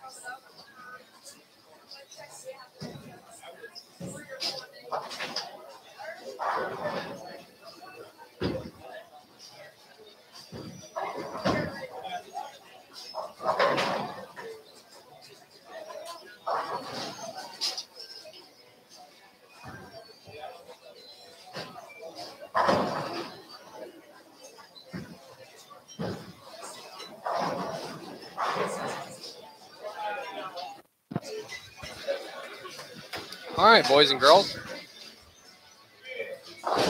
I'm back, and there's some strikes being thrown. We're in the third game. We're about 2, 3, 4 frames into the third game. On 1 and 2, you got Donnie Schwartz Jr. bowling against Darren Best. Darren Best started this game out strike, open, double. Then you got Ryan Williams bowling against Jake Miller. Ryan started this game out with the front 3. Jake had an open and then a double before he just left that wrap 10 pin. And then at the bottom, we've got, I believe, Tyler Altman against, I believe that's Robert Hilton. Tyler Altman had just shot 235 in the last game, but opened this game up with 2 straight opens before he got on the strike train in the third frame. Robert Hilton started this game out with a double before a spare in the third frame. Ryan Williams, who's one of the guys that has the front 3, is about to get up on the approach on lane 1 right now for the 4th frame. Lanes 3 and 4, you got John Rakowski bowling against Scott Chakowski. John Rakowski started the game off with a spare before a double. Scott Chakowski just converted that spare to stay clean through 3. Joe Nasso Jr. started off with a spare and a strike, is about to get up on the approach for the 3rd frame. Bowling against Joseph Gardado, started off with an open and a spare. Down at the bottom, you got John Pfister, who's not here, bowling against, I believe, that's who's that?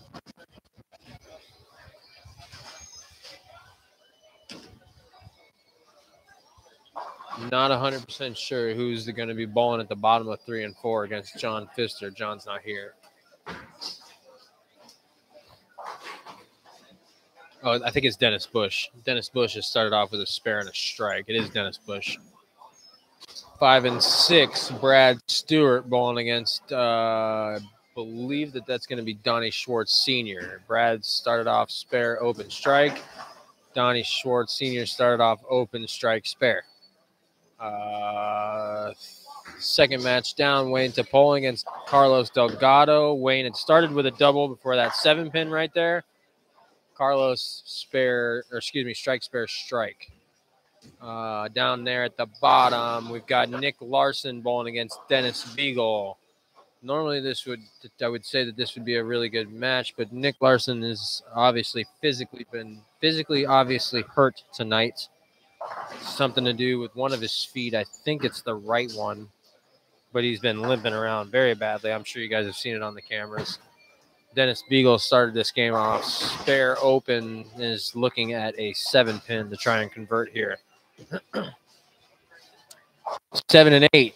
Got Brad Zielinski bowling against, I believe, Ron Richards. I believe that's who's bowling. I don't see Ron anywhere else. Yeah, and then J.J. Feather again bowling against Scott Whiteleather. Brad Zielinski started off open, spare, strike, open. Ron Richards, strike, spare, strike, open. J.J. Feather bowling against Scott Whiteleather. J.J. Feather, spare, open, strike, spare. Scott Whiteleather, front 3 before it opened. They're in the 4th frame. Daniel Gacera just threw a 7-10 split on lane 7. Started this game off strike, spare, open, and then that was another open. Bowling against Brandon Rucker, who has the front 3 and is about to get up on the approach on lane 8, and believe that he is throwing a purple hammer. So I'm going to stick right here and see if he makes it 4. That is the purple hammer. Pretty far left for a purple hammer, too. Ball did not strike. Leaves a 2-5 spare. On 9 and 10, you've got Jordan Frazier bowling against, I believe that's going to be Chucky Rucker. It is, yep. Jordan Frazier against Chucky Rucker. Jordan Frazier, 3 straight opens before a spare. 4th, Chucky Rucker, strike, open, strike, and then a spare in the 4th. John Syverson bowling against James Kreutz. John Syverson, spare, 2 straight opens before a strike there in the 4th. James Kreutz, open, spare, spare before he just struck there in the 4th frame. And then down there at the bottom is Bobby Hamilton, who's not here, bowling against Josh McFalls. Josh McFalls, open, strike, open, getting up on the approach on 10 right now. What was that, 8?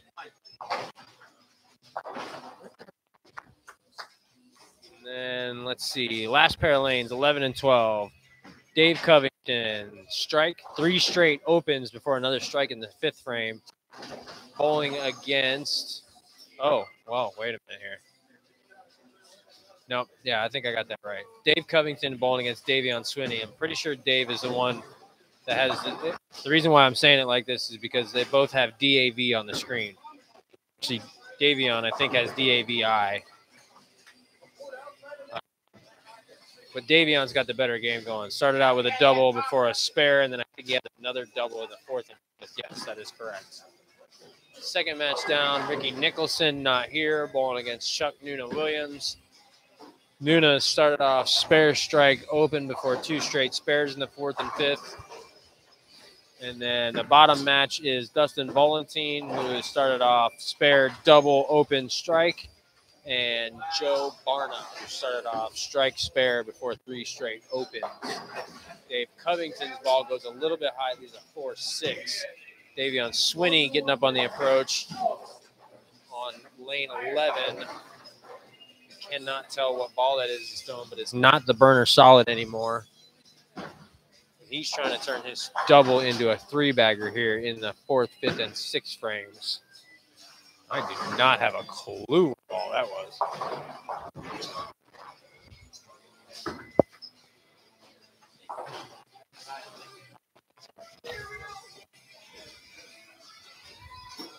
Oh, that was a gem. For some reason, it didn't look like a gem going down the lane.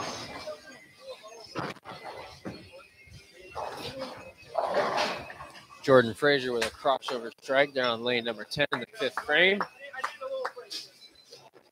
James Kreutz up on the approach on 9, trying to get on the double train here in the 4th and 5th.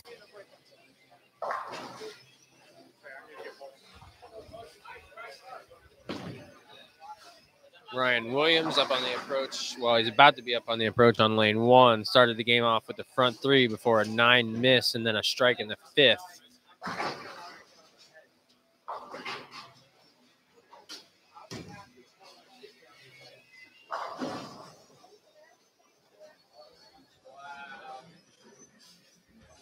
This pair of lanes and pattern is confusing the hell out of Dennis Bush here on 5, or excuse me, Dennis Beagle here on 5 and 6. Crossed over for a strike, but he doesn't have a clue what the hell is going on here.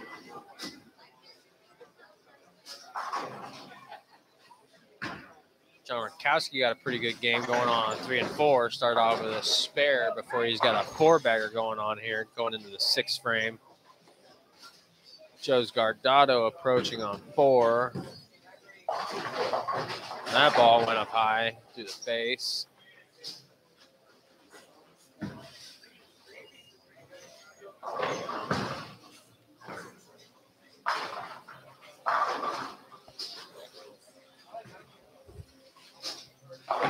Robert Hilton about to be on the approach on 2s, clean through 5 with strikes in the 1st and 2nd.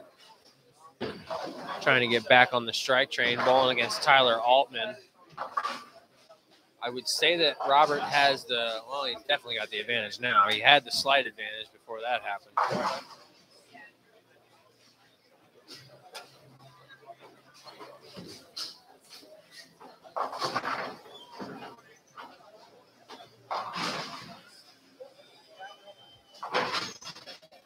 Robert Hilton went a little high and left 6'10". Tyler Altman went through the face and left the Greek church.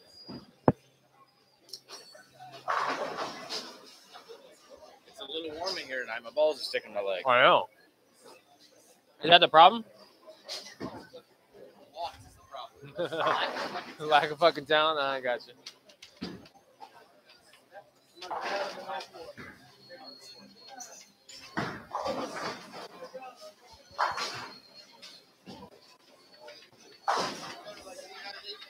Brackets are 2-3.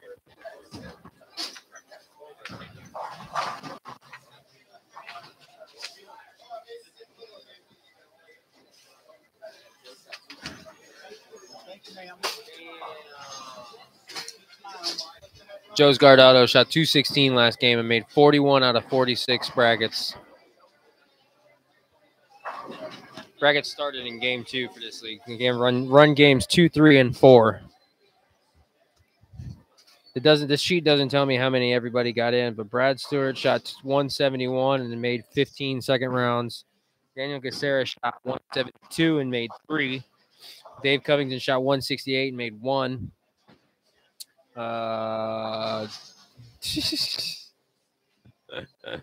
Dennis Bassett. Dennis Beagle shot 248 and made 4. I bet you that's the only 4 brackets he got in. I mean, nobody beat him. He had the highest game, so he couldn't have lost anything. Dennis Bush shot 162 and made 4. Donnie Schwartz Jr. shot 191 and made 26. Jake Miller shot 190 and made 7. James Kreutz shot 224 and made 4. Joe's Guardado shot 260 and made 41. John Syverson shot 12 and made 32. John Rakowski shot 205 and made 32. Josh McFall shot 180 and made 3. JJ Feather shot 184 and made 1. Ron Richards shot 189 and made 3. And Tyler Altman shot 236 and made 8. When I say he made and then the number, that's the amount of next rounds that he made out of the 40, I believe, 6 brackets that we had. Not everybody got in 46 brackets. John Rakowski fixing to get up on the approach on lane 4 as soon as Nick Larson throws this ball. Has a 4-bagger going into the 6th frame. Started this game. He's on a 290 pace, basically. Started off with a spare. He's now got all strikes since then.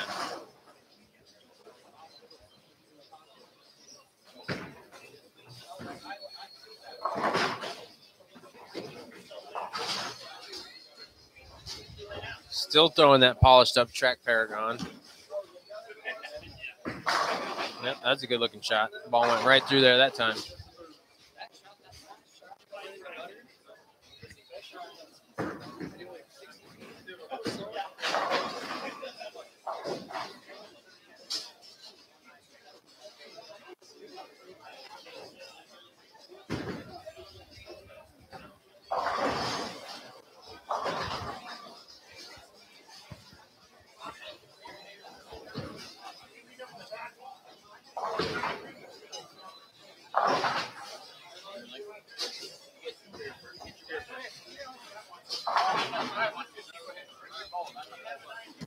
Step away for just a second.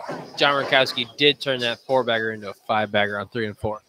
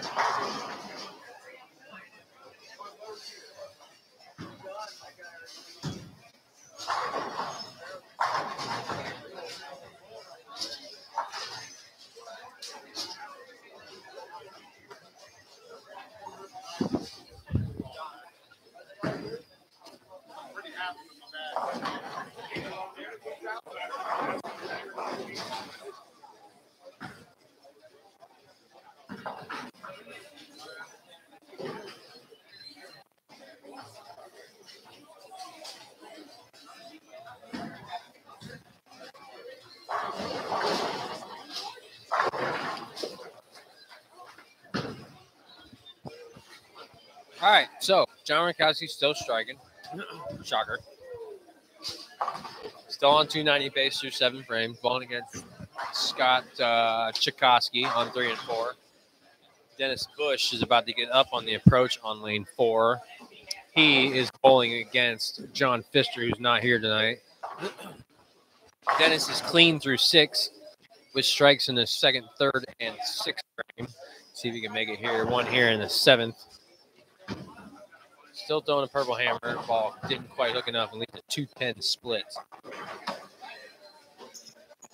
Dennis Beagle had seemed to have gotten it lined in a little bit here on 5 and 6. The 3-bagger in the 5th, 6th, and 7th frames.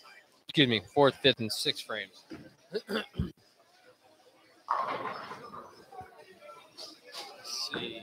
Daniel Gacera bowling against Brandon Rucker on 7 and 8. Brandon Rucker on the approach right now. Opened in the 7th, but had a before that.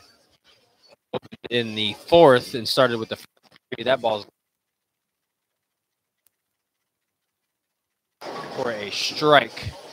Daniel Gacera, I believe, is still throwing that pin breaker. No, I believe is a fade.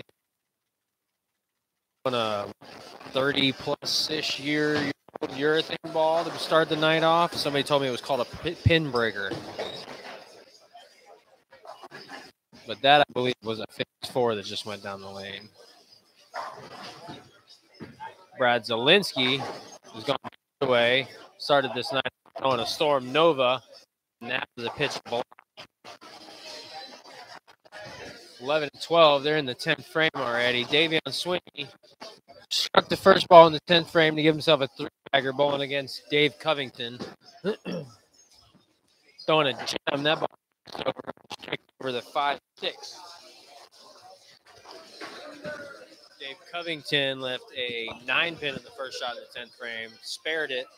So if he strikes in the fill ball, it's 173. Davion Sweeney has already got 189 in the bag. Even if he throws a gutter here, it's going to be, yeah, he's going to be all right.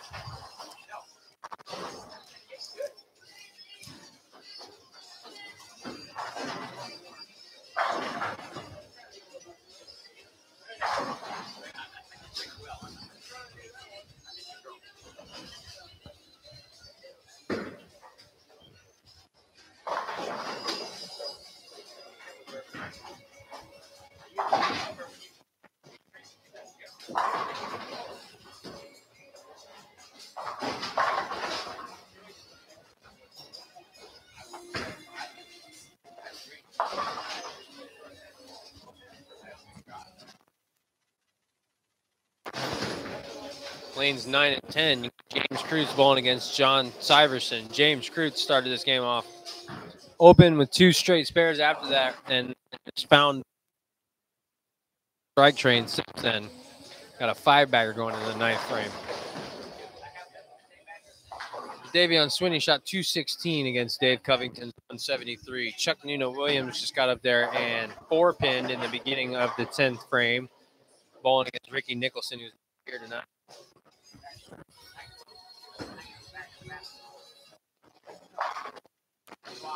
Joe Barna with a nice 3-bagger there after the first shot in the 10th frame. If he gets the last 2, he'll throw the back 5 for 179. Chuck Nuno Williams spares that 4-pin there in the 10th frame, so he can strike in the fill ball for 171. James Cruz doing a good shot there on that 5-bagger. Leaves a flat 7-pin left-handed bowler.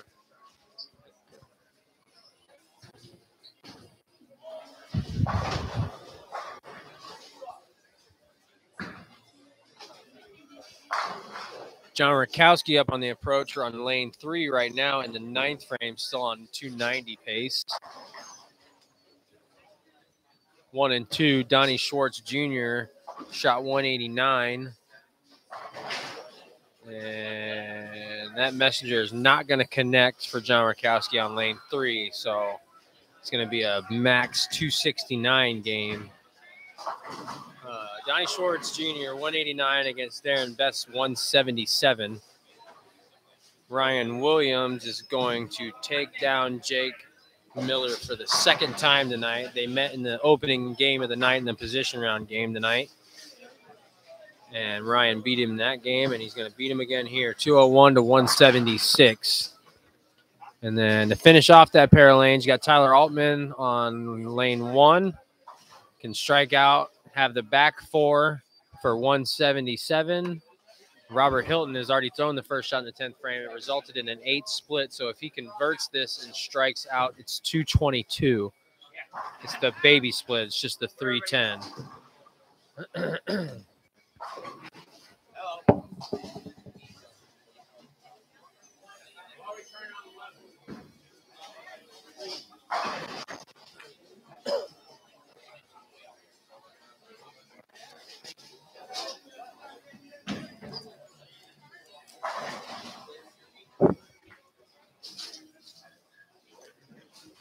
Dennis Bush there with a big strike on lane 4.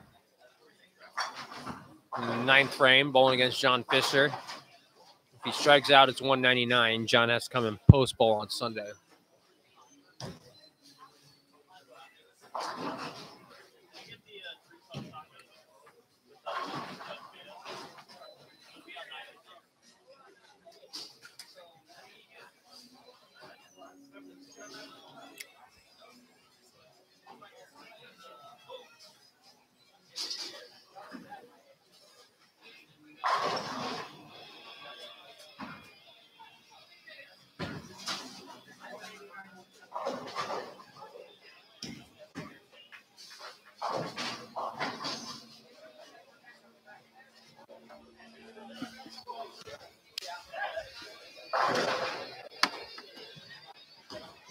Dennis Beagle, he's not clean for the whole game. He's had an open in the 2nd frame, but he's basically clean from there. He's got a 4-bagger in the middle of it.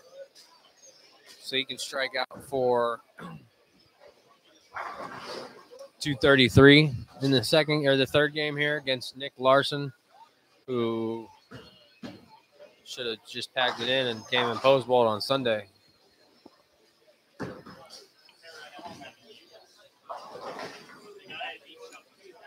John Rakowski, 9 count again, the first shot in the 10th frame, picks it up. So if he strikes in the fill ball, it's going to be 258, and that will be the high game of the night so far, and definitely be the high game of the 3rd game. Nuna shot 170. Dustin Ballantines on a 3-bagger going in the 2nd shot in the 10th can shoot 235 against Joe Barna's 168. 7 and 8. I believe that was Brad Zielinski. Shot 137. Bowling against Ron Rickner's 147. JJ Feather up on the approach right now after a strike on the first ball in the 10th, can shoot 183. Bowling against Scott Whiteleather, who's got a 3-bagger going into the 10th frame. He can strike out for 229. JJ ball misses headpin right. Wayne Topolin on 5, throwing the purple hammer. Big strike.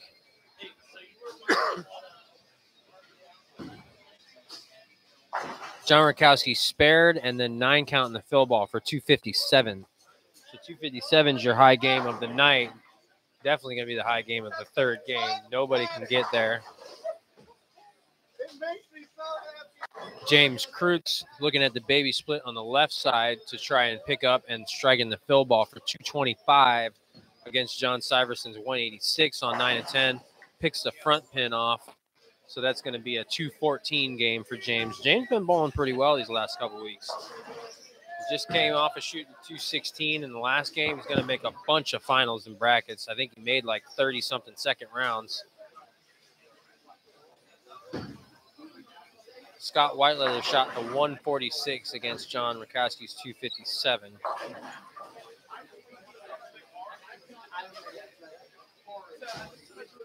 There's some big games and there's some not big games going on. That's for damn sure. Scott Whiteleather's got himself believe that's a 5-bagger going into the fill ball in the 10th frame.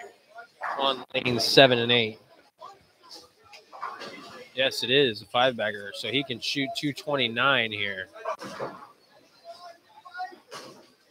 Daniel Gacera bowling against Brad Stewart? No, Brad Stewart's over there. Who's he bowling against?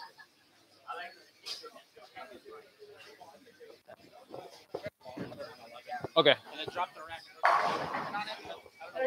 Okay. Will you call a ball return on 11, please?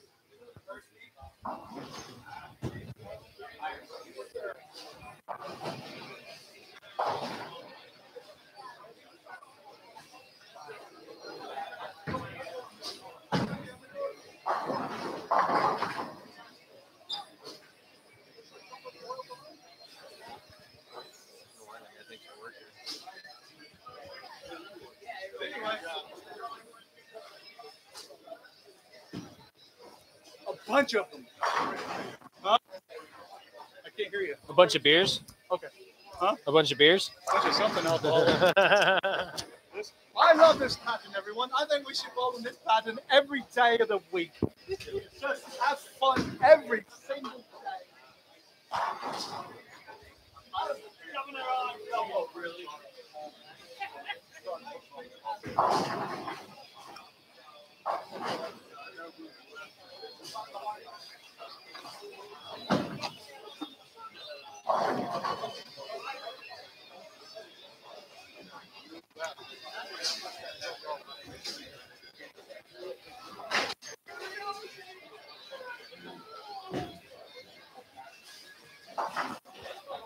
So Brad Stewart finally got himself something going here in the third game and shot 204 against Donnie Schwartz Sr.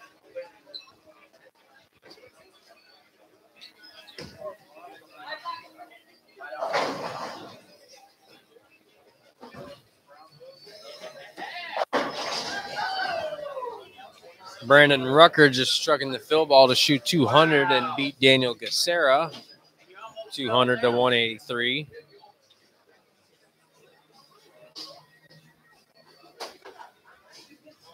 Can you get him to lift the sweep up on 11? Oh, thank you. Having some difficulties on 11. We only got 2 shots left to be thrown on 11. But the sweep's stuck down and they're working on it. And other than that, we got 5 and 6 left to finish up before we get into the final game of the night here.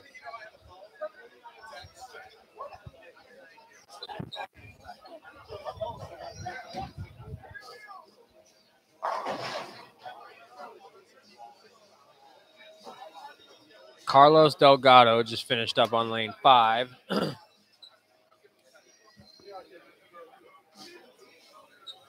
he shot bowling against Wayne Topolin, shot 165. Wayne spared his, I believe that was a 10 pin there in the first shot of the 10th. So he'll have a fill ball to shoot, I believe, 190. And Dennis Beagle getting up on the approach on 5 right now with a strike in the 9th, but had a 4-bagger in the 4th, 5th, 6th, and 7th before a spare in the 8th. Throwing the 2-fingered, no-thumb purple hammer. Ball goes up high, leaves a 4-6. Dennis is bowling against Nick Larson, and he's pretty much already got the match in the bag. Nick Larson's got a double going into the 10th, but had all opens except for the first frame in this game. Dustin Volantine down there on lane 11 just got his second strike in the 10th frame, makes it a 4-bagger. And Dennis takes the 6-pin off for a 201 against Nick Larson, who can strike out for 151 at the most.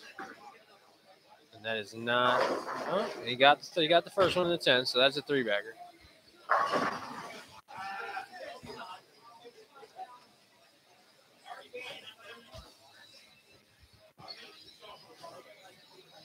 For the few of you that are out there watching, we do have a scratch tournament coming up this Sunday. Scratch tournament, 6 games, qualifying on the bear pattern. I don't have any specifics for this year's bear pattern, but it's this year's bear pattern. The bear pattern, if I remember correctly, is generally somewhere in the area of between 39 and 42 feet, and generally pretty flat, like 2-1 or less. Sometimes it's like 1.8-1, I think, if I'm remembering correctly.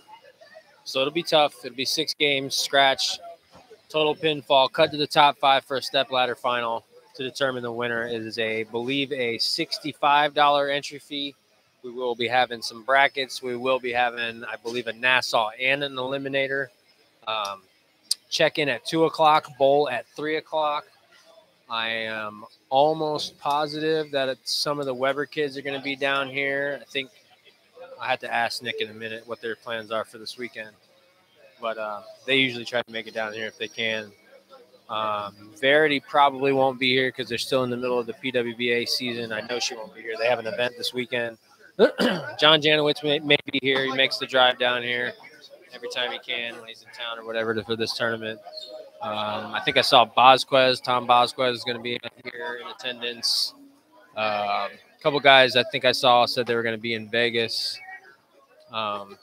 This is the same pattern that they're going to use, not this pattern that we're bowling on tonight, but the pattern that they're bowling on Saturday is going to be the same pattern that they're using for the Spring Hill Regional, and I believe it's about 5 weeks, a little less than 5 weeks away. It's probably exactly a month away. I believe it's the 7th and 8th of July. No,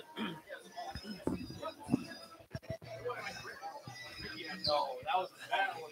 That was business in the front and party in the back.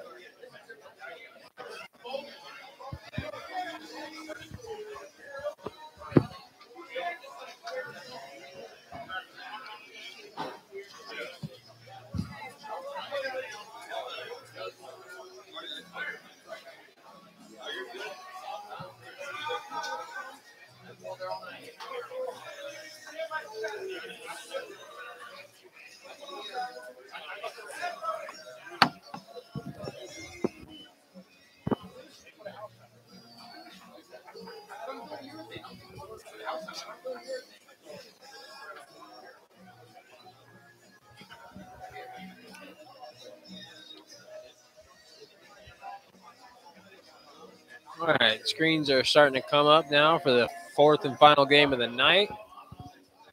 We're going to start throwing some balls here in just a second.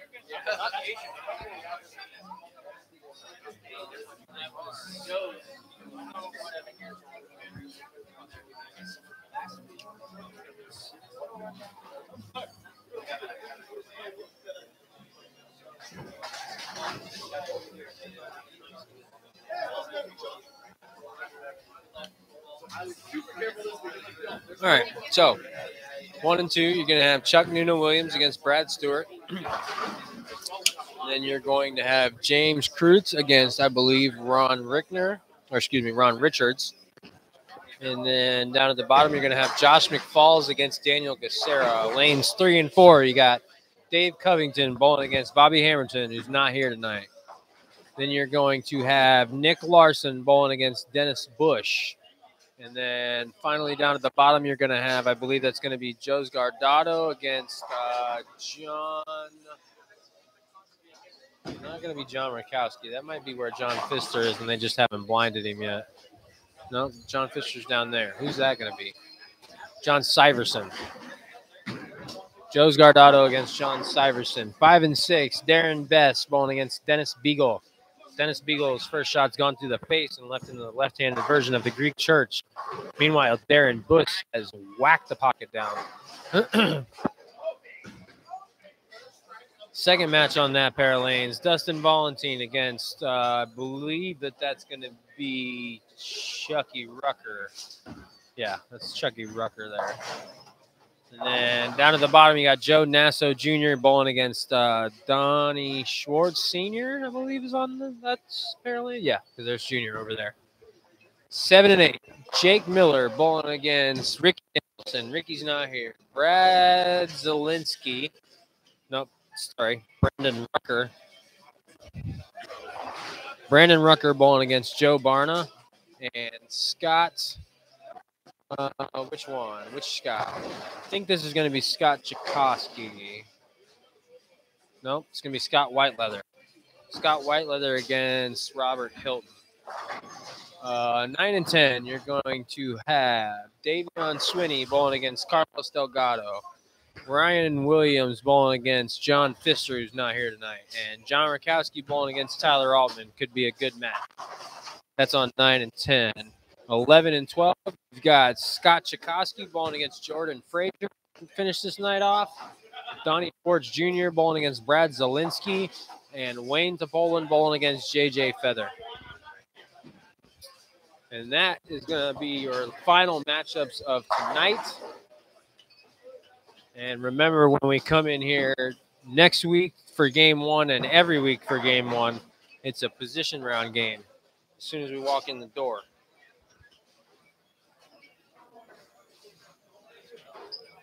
So the first and second place bowlers next week will come in and bowl their first game on 5 and 6 against each other. And then third and fourth will be 7 and 8. Fifth and sixth will be 9 and 10, and so forth. Robert Hilton on the approach on 8 right now to start this game off. Gotten out of the Purple Hammer. I think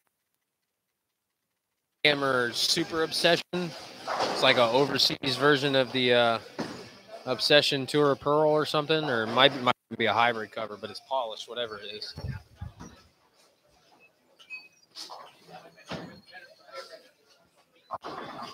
Dennis Bush started this game off with a strike, just left a weak 2-pin. Has been throwing a Purple Hammer all night long. Brad Stewart on 1 and 2 started the game off on lane 2 with a spare. He's up on the approach on 1 right now, throwing a Purple Hammer. That ball's going to go high. Went Brooklyn and carried.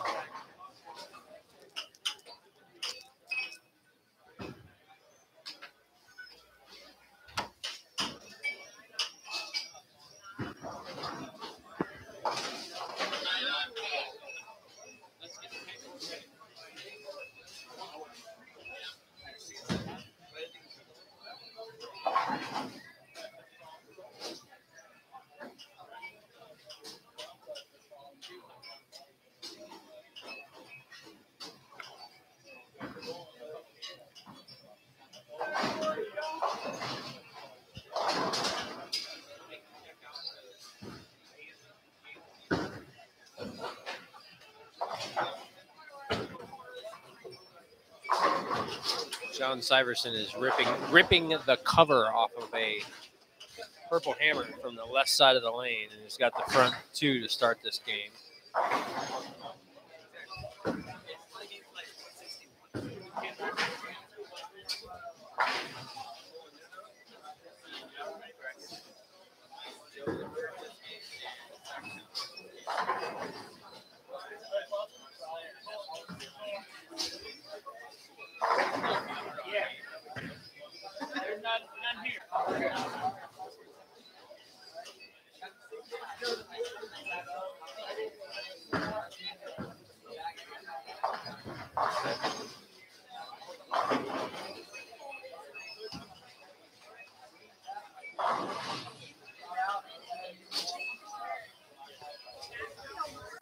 Joe's Gardado goes Brooklyn to start this game off with the first 2.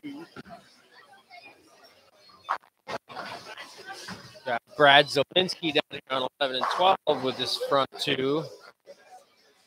Got first 2 on 8. Truck in the first frame, and it's up on lane.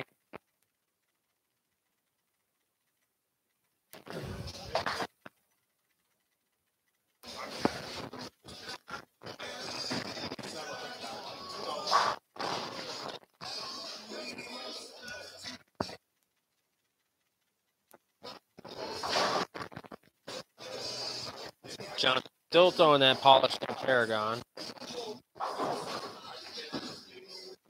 That ball looks good. Yep.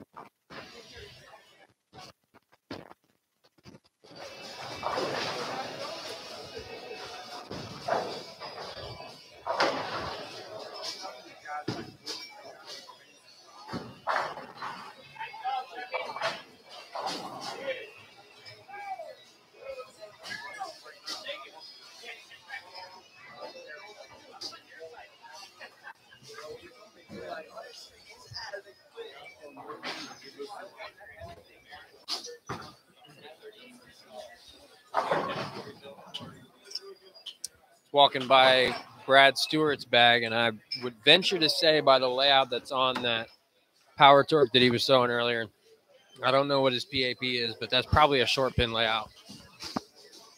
Like a 2-inch pin to pap or 2.5-inch pin to pap. The pin's about an inch to the right of his ring finger.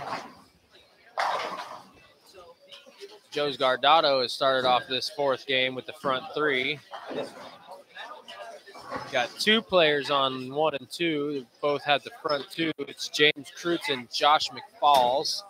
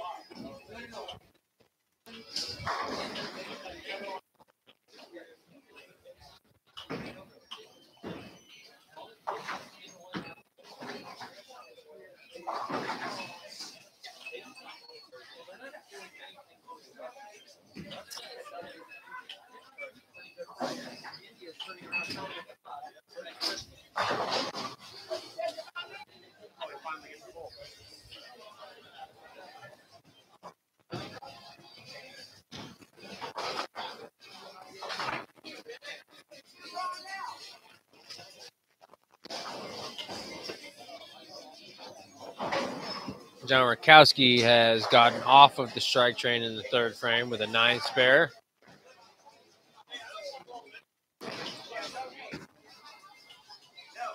Got some technical difficulties on lane 5.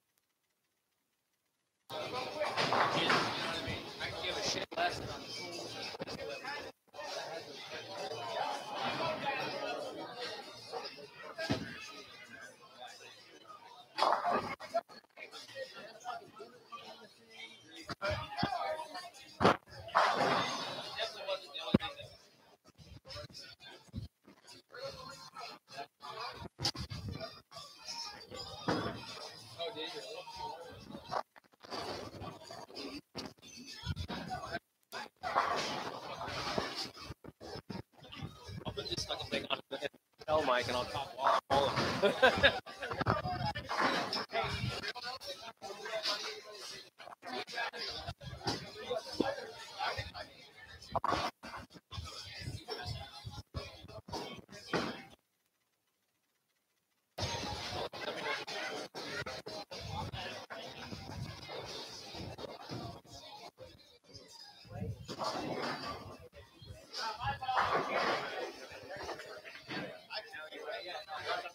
There's one perfect game bid left. It's on lane 4, and the ball just went down the approach right now, and the ball went high in 7 count. So all the perfect game bids for the fourth game are, oh, nope, sorry, I spoke too soon. Joe Barna on lane 7 just got his 4th strike in a row to open this game up. Sorry, darling.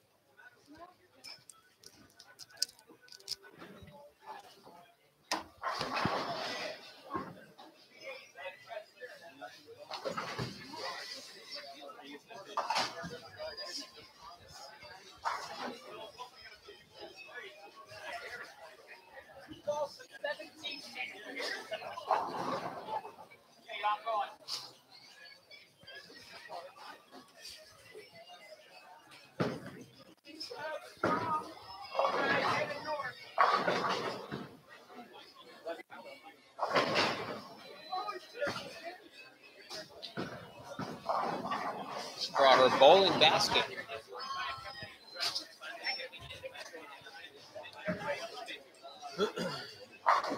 All right, lane 9 and 10, lane 9 specifically. Davion Swindy started the game off strike, spare, double. Bowling against Carlos Delgado, who started the game off open, double, spare. Davion is still throwing a gem.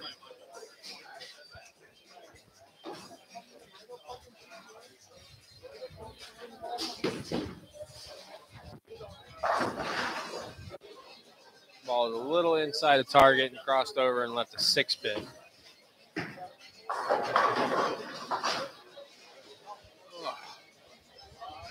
5 and 6 is way behind now.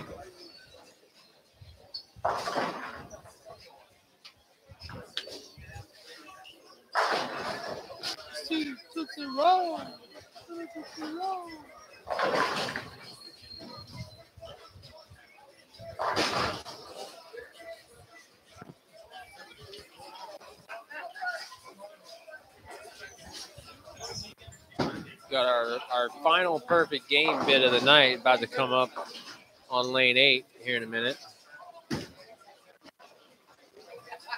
Joe Barna with the front 4 bowling against Brandon Rucker.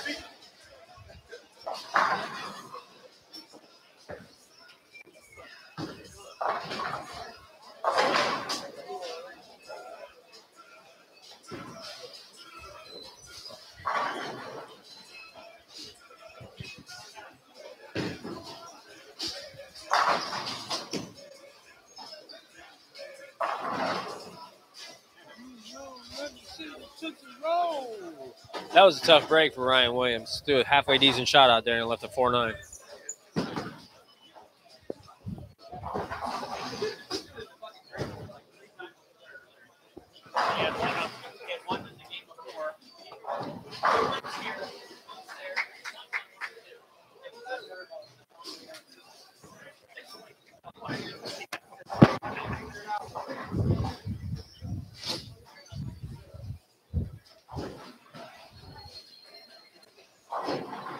I had missed it, but Darren Bess on 5 and 6 has the front 3. I kind of wasn't even looking at that pair because it was the pair that was down for a minute.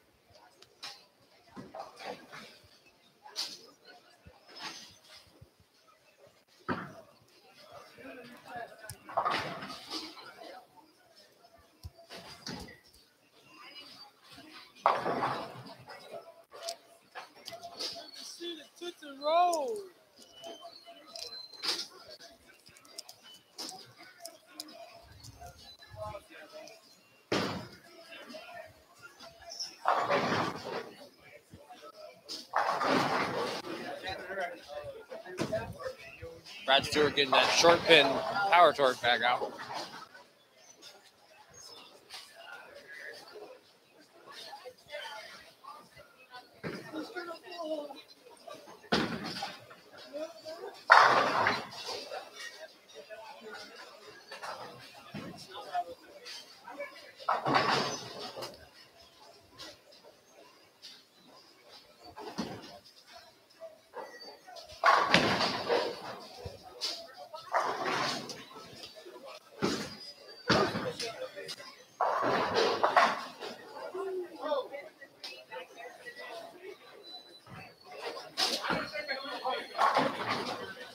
That ain't the one.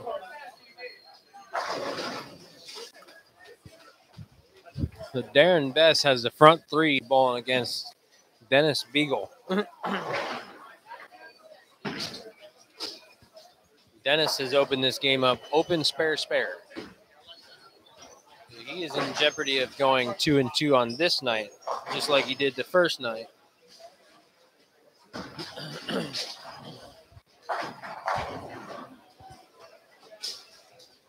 There's a flat 7-pin by Darren there. It was a good shot, just a flat 7-pin.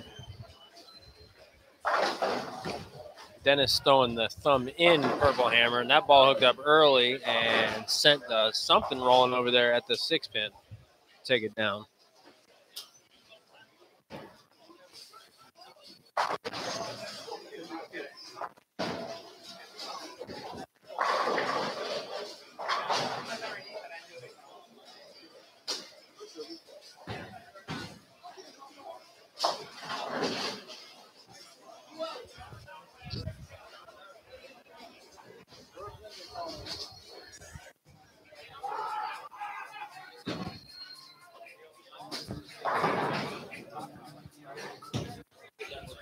out, and I'm gonna bowl and talk at the same.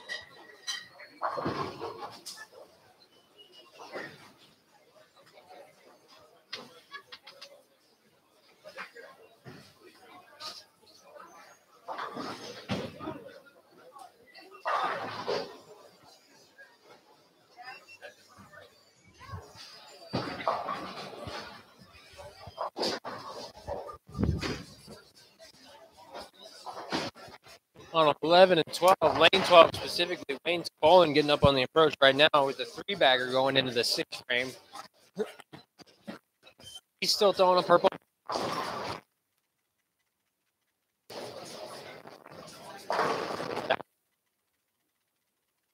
For Wayne, bowling against JJ Feather. Davion Swinney on the approach on 9. Just threw it down there. Ball didn't hook up quite enough. Leaves a 2-8.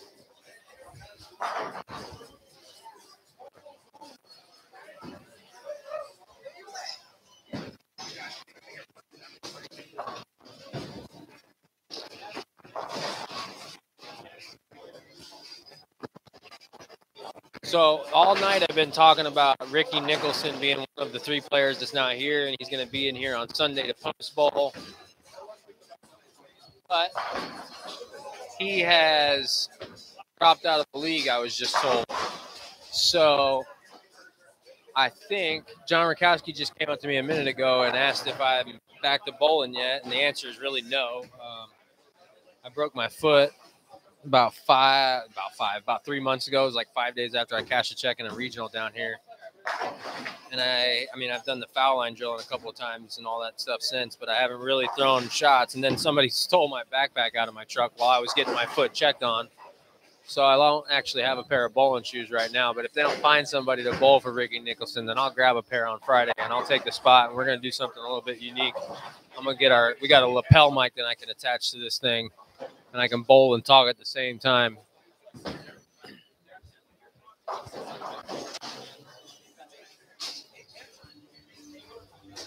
I'm sure I'm going to bowl like dog ass because I really haven't thrown a bowling ball in about, other than doing the foul line drill, about 3 months exactly, honestly.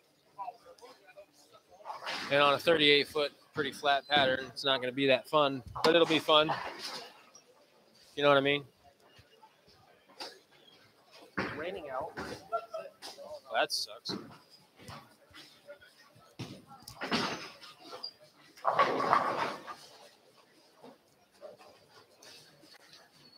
So apparently Ricky Nicholson dropped out. Really? So John just came with me and goes, "Can you bowl yet?" And I go, "I don't fucking own a pair of bowling shoes right now. Somebody stole my backpack out of my truck." But I said, if you need somebody to take a spot, let me know by Friday. I don't have to have Lincoln give me a pair. We'll put the lapel mic on and we'll talk and bowl at the same time. Hell yeah, baby. Gotta be something different. I'll do it.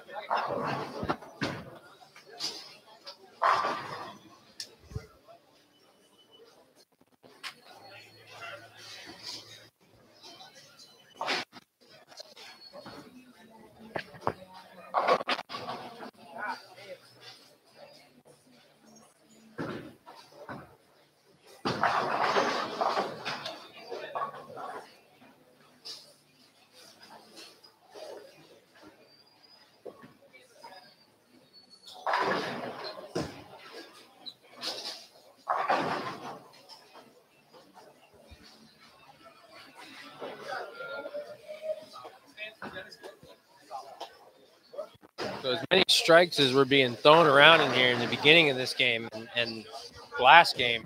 A whole lot going on in here right now. Dennis Beagle just threw one that crossed over. Other than that, I mean, got a lot of weird hits going on in here, and looks like the pattern's going through a little bit of a transition right now. Jake Miller's bowling good, fixing to get up on the approach here on 8. He's got a 3-bagger going into the 8th frame.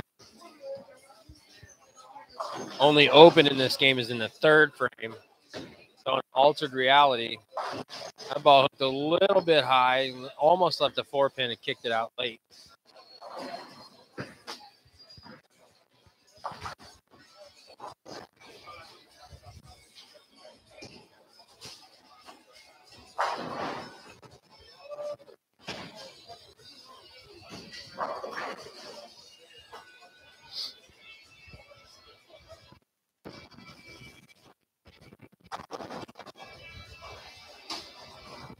Jordan Frazier getting up on the approach on 11 here. He's got a good clean going. He's got a 3-bagger in the 4th, 5th, and 6th. Spare in the 7th. This is the 8th frame. Throwing, I think that's the black raw hammer. And that was a big strike in the 8th frame. So if he strikes out, he's staring at 249, I think.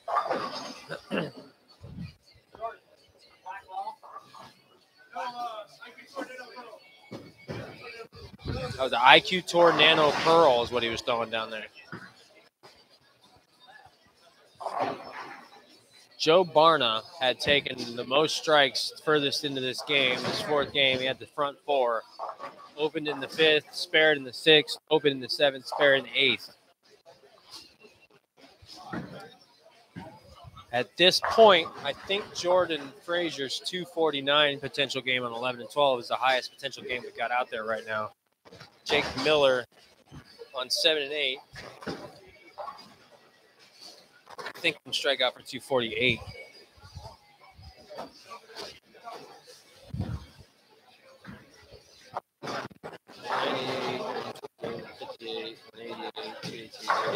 Yeah, Jake Miller can strike out for 248 on 7 and 8.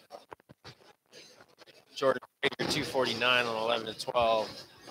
Darren Bess on the approach on 5 right now. Started out with the front 3, spare, strike, spare after that. So he actually is on 259 pace.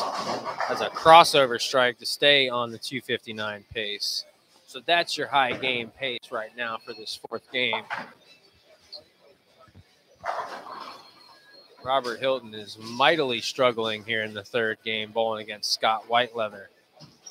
Scott Whiteleather definitely has the advantage. I don't believe that. Yeah, Robert threw a strike in the 1st frame, and then he just threw a 1 in the 7th frame a couple of frames ago. But other than that, he went strike, spare, open, spare, spare, open, strike, spare. Scott Whiteleather, spare, spare, 3-bagger, open, double, going into the 9th frame. Jake Miller with the 4-bagger makes it a 5-bagger in the 9th frame. So he can throw the back 3 in the 10th to make it the back, I believe, 8 for the game for 248. Dennis Beagle crossover strike on lane 6 for a double there.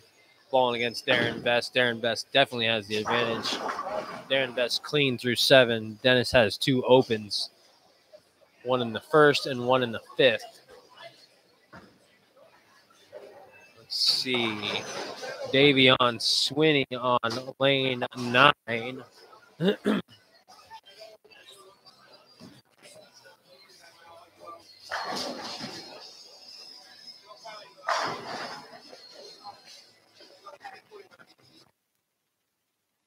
Lane 9 left a 10 pin. He's going to try and pick it up right here.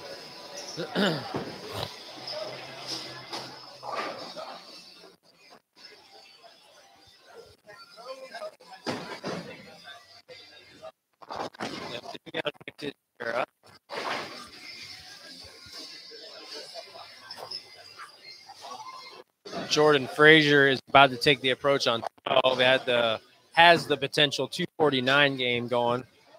Taking the approach on 12 for the 9th frame. 3 and 4 is getting wrapped up here. So Dave Covington can strike in the fill ball for 193. Bowling against Bobby Hamilton, who's not here. And then you've got Dennis Bush, who just threw his shot in the fill ball in the 10th frame for, I believe, a 178, I believe it was. Sorry, 191. I don't know how I got that far off. He's bowling against Nick Larson, who can strike out for 194. But as much pain as Nick looks all night, I don't know that that's going to be too popular. I did see him throw a three-bagger at one point tonight, though, already. Donnie Schwartz has a three-bagger going into the 10th frame on a lay at 11 and 12. He can strike out for 257. Jordan did get the strike in the 9th frame, so he's still on his 249 pace. Tyler Altman and John Rakowski. Tyler Altman just threw one right through the face. Leaves the 3, 4, 6, 7. Meanwhile, John Rakowski is clean through 8 frames in this game, and that's going to be a strike in the 9th frame. Jake Miller turns his 5-bagger into a 6-bagger with a strike in the first ball in the 10th frame against, well, potentially me, I guess, if I end up taking that spot. So I think it's safe to say I'm probably going to lose this last game.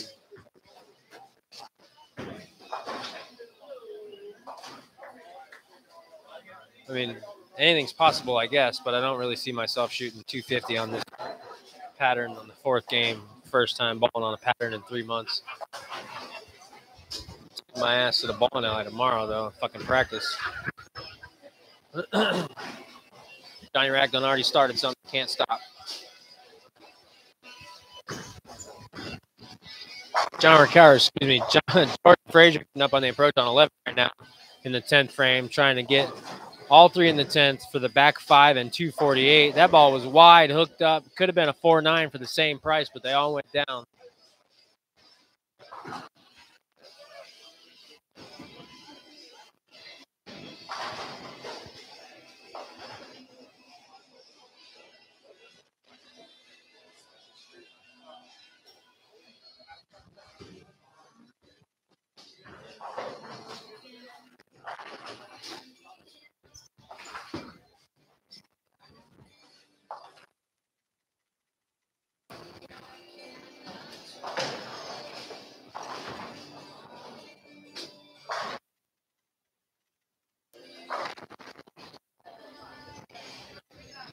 That was another good shot. 10-pin, wiggly 10-pin. He's going to pick that up and shoot 238 against Scott Tchaikovsky, who can only strike out for 165. 3 and 4 is completely done. Nick Larson ended up shooting 162. And Joe's Guardado shot 208 against John Syverson's 189.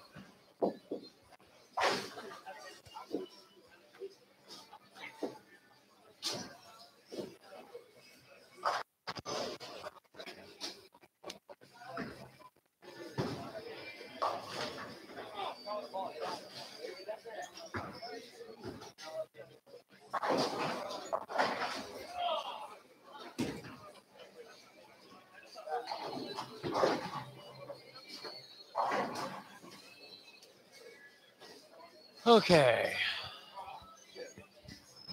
Dennis Beagle is probably going to end up losing this last game here to Darren Best. He's staring at a 1-3-7 conversion. Had a 3-bagger going in the 6th, 7th, and 8th frames, but this pattern's tough. And that's not going to be a conversion, so that's an open frame there in the 9th. And Darren was still on that 259 pace.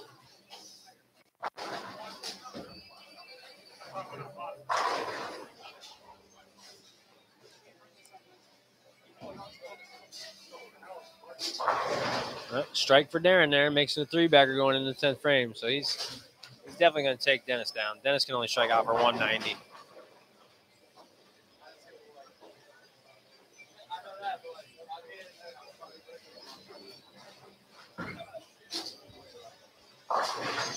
Jordan Frazier did spare there for the 238. Johnny Rack getting up in the 10th frame right now. Paragon's away. Strike for a double. If he strikes out. It's 2:30. Tyler Altman struck in the first part of the 10th frame, left a 2-8, and converted it for 184. So that's definitely a win for Johnny Rack against Tyler Altman. Robert Hilton throws the second ball in the 10th frame, a little bit right of target, and never hooked back to the head pin. Could have struck out for 192. He can now convert this for 178.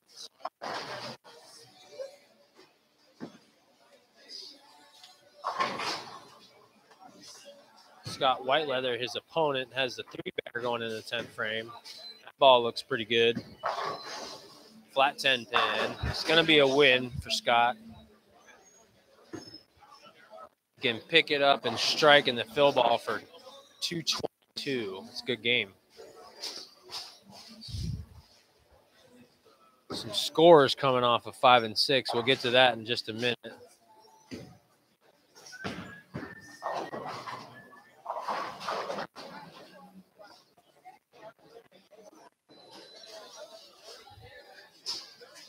Some scores coming off of 5 and 6. Josh McFall's got a good game going on 1 and 2. Can strike out for, I believe that would be 268 if he did strike out.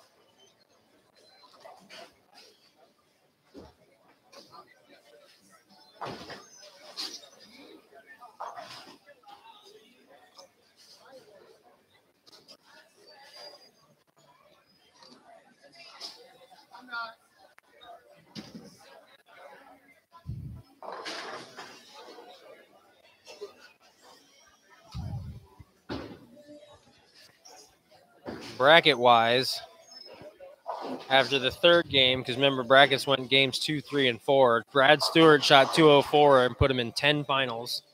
Daniel Gachera shot 183, put him in 1 final. Dennis Beagle shot 201, put him in 4 finals. Dennis Bush shot 177, put him in 2 finals. Donnie Schwartz Jr. shot 189 and put him in 16 finals. Jake Miller shot 176, put him in 3 finals. James Kreutz, 214, put him in 4 finals. John Syverson's 186, put him in 16 finals. John Rakowski's 257, put him in 32 finals. And Josh McFall's 170, put him in a final. And Tyler Allman's 177, put him in 3 finals. What in the fuck?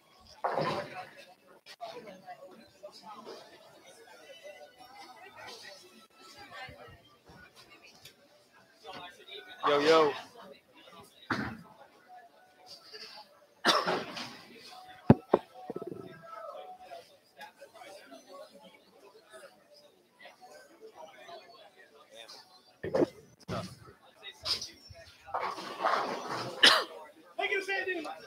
All right, the scores on 5 and 6 that I was talking about that we were going to get to. Darren Bess, spare in the first part of the 10th frame, just threw a 7 count in the fill ball, and is going to shoot 233 against Dennis Beagle. Dennis Beagle shot 180 that game. Right underneath Dennis Beagle, Chucky Rucker. Tough beginning and tough 9th frame, but a 5-bagger there in the middle, and he can strike out for 209. Bowling against Dustin Ballantine, who's on a 269 pace, started off the game with a spare and a double before another spare, and now a 5-bagger. So that one's well in hand for Dustin pretty much.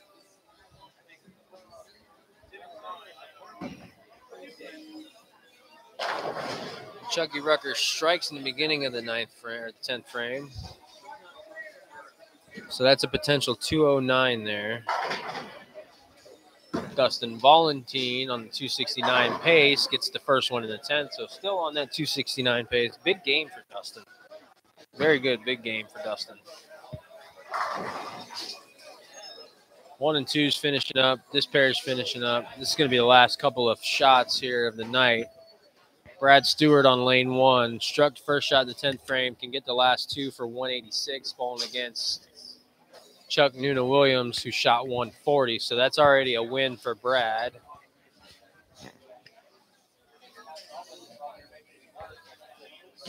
And then there she was. Ball crossed over and struck.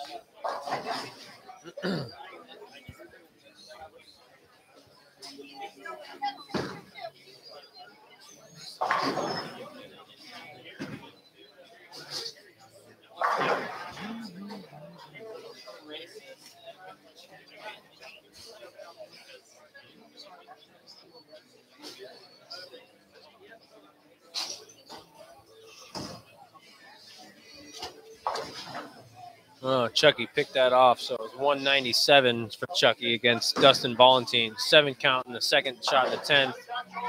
And a spare is going to be a 256 game for Dustin. So that's a nice, good, big game. Biggest game of the night, honestly, out of the whole bowling alley. I don't think anybody shot anything bigger than that.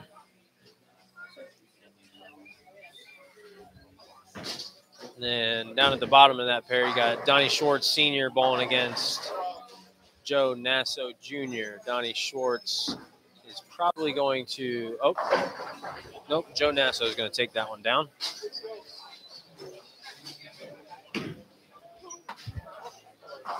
One and two, Ron Rickner strikes first ball in the 10th frame, gives him a double going into the second ball in the 10th frame. His match was James Kreutz, who threw the last 3 in the 10th for 150. Ron Richards can strike out for 206. Will be the back 4 for 206.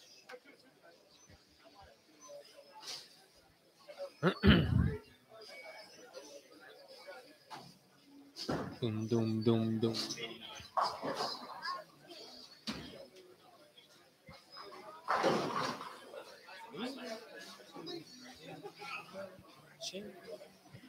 Ten pin for Ron Richards, so it's now a max of 195.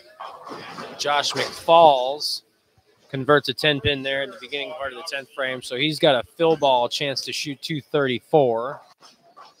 It's a nice game to finish on. It's definitely going to be a win bowling against Daniel Casera, who's not bowling well this game.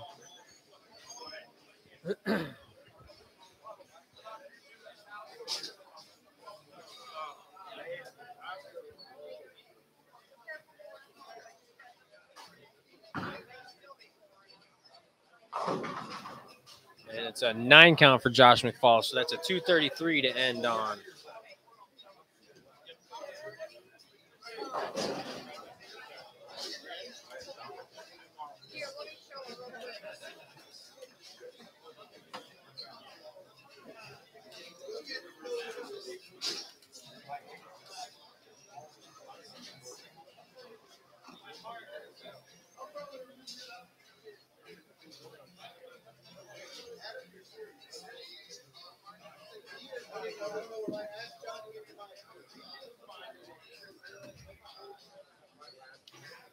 All right, folks, that's pretty much going to wrap it up for the bowling tonight. I mean, Daniel's still got 1 shot, maybe 2 if he converts this, and he does not convert it. So that's the end of our night tonight. Don't forget, Saturday, the scratch sweeper on the bear pattern, 6 games, $65 to enter. Sign-ups at 2, bowl at 3 o'clock. Cut to the top 5 for a step ladder to determine the winner. There will be brackets. There will be Nassaus. There will be an eliminator, I'm pretty sure.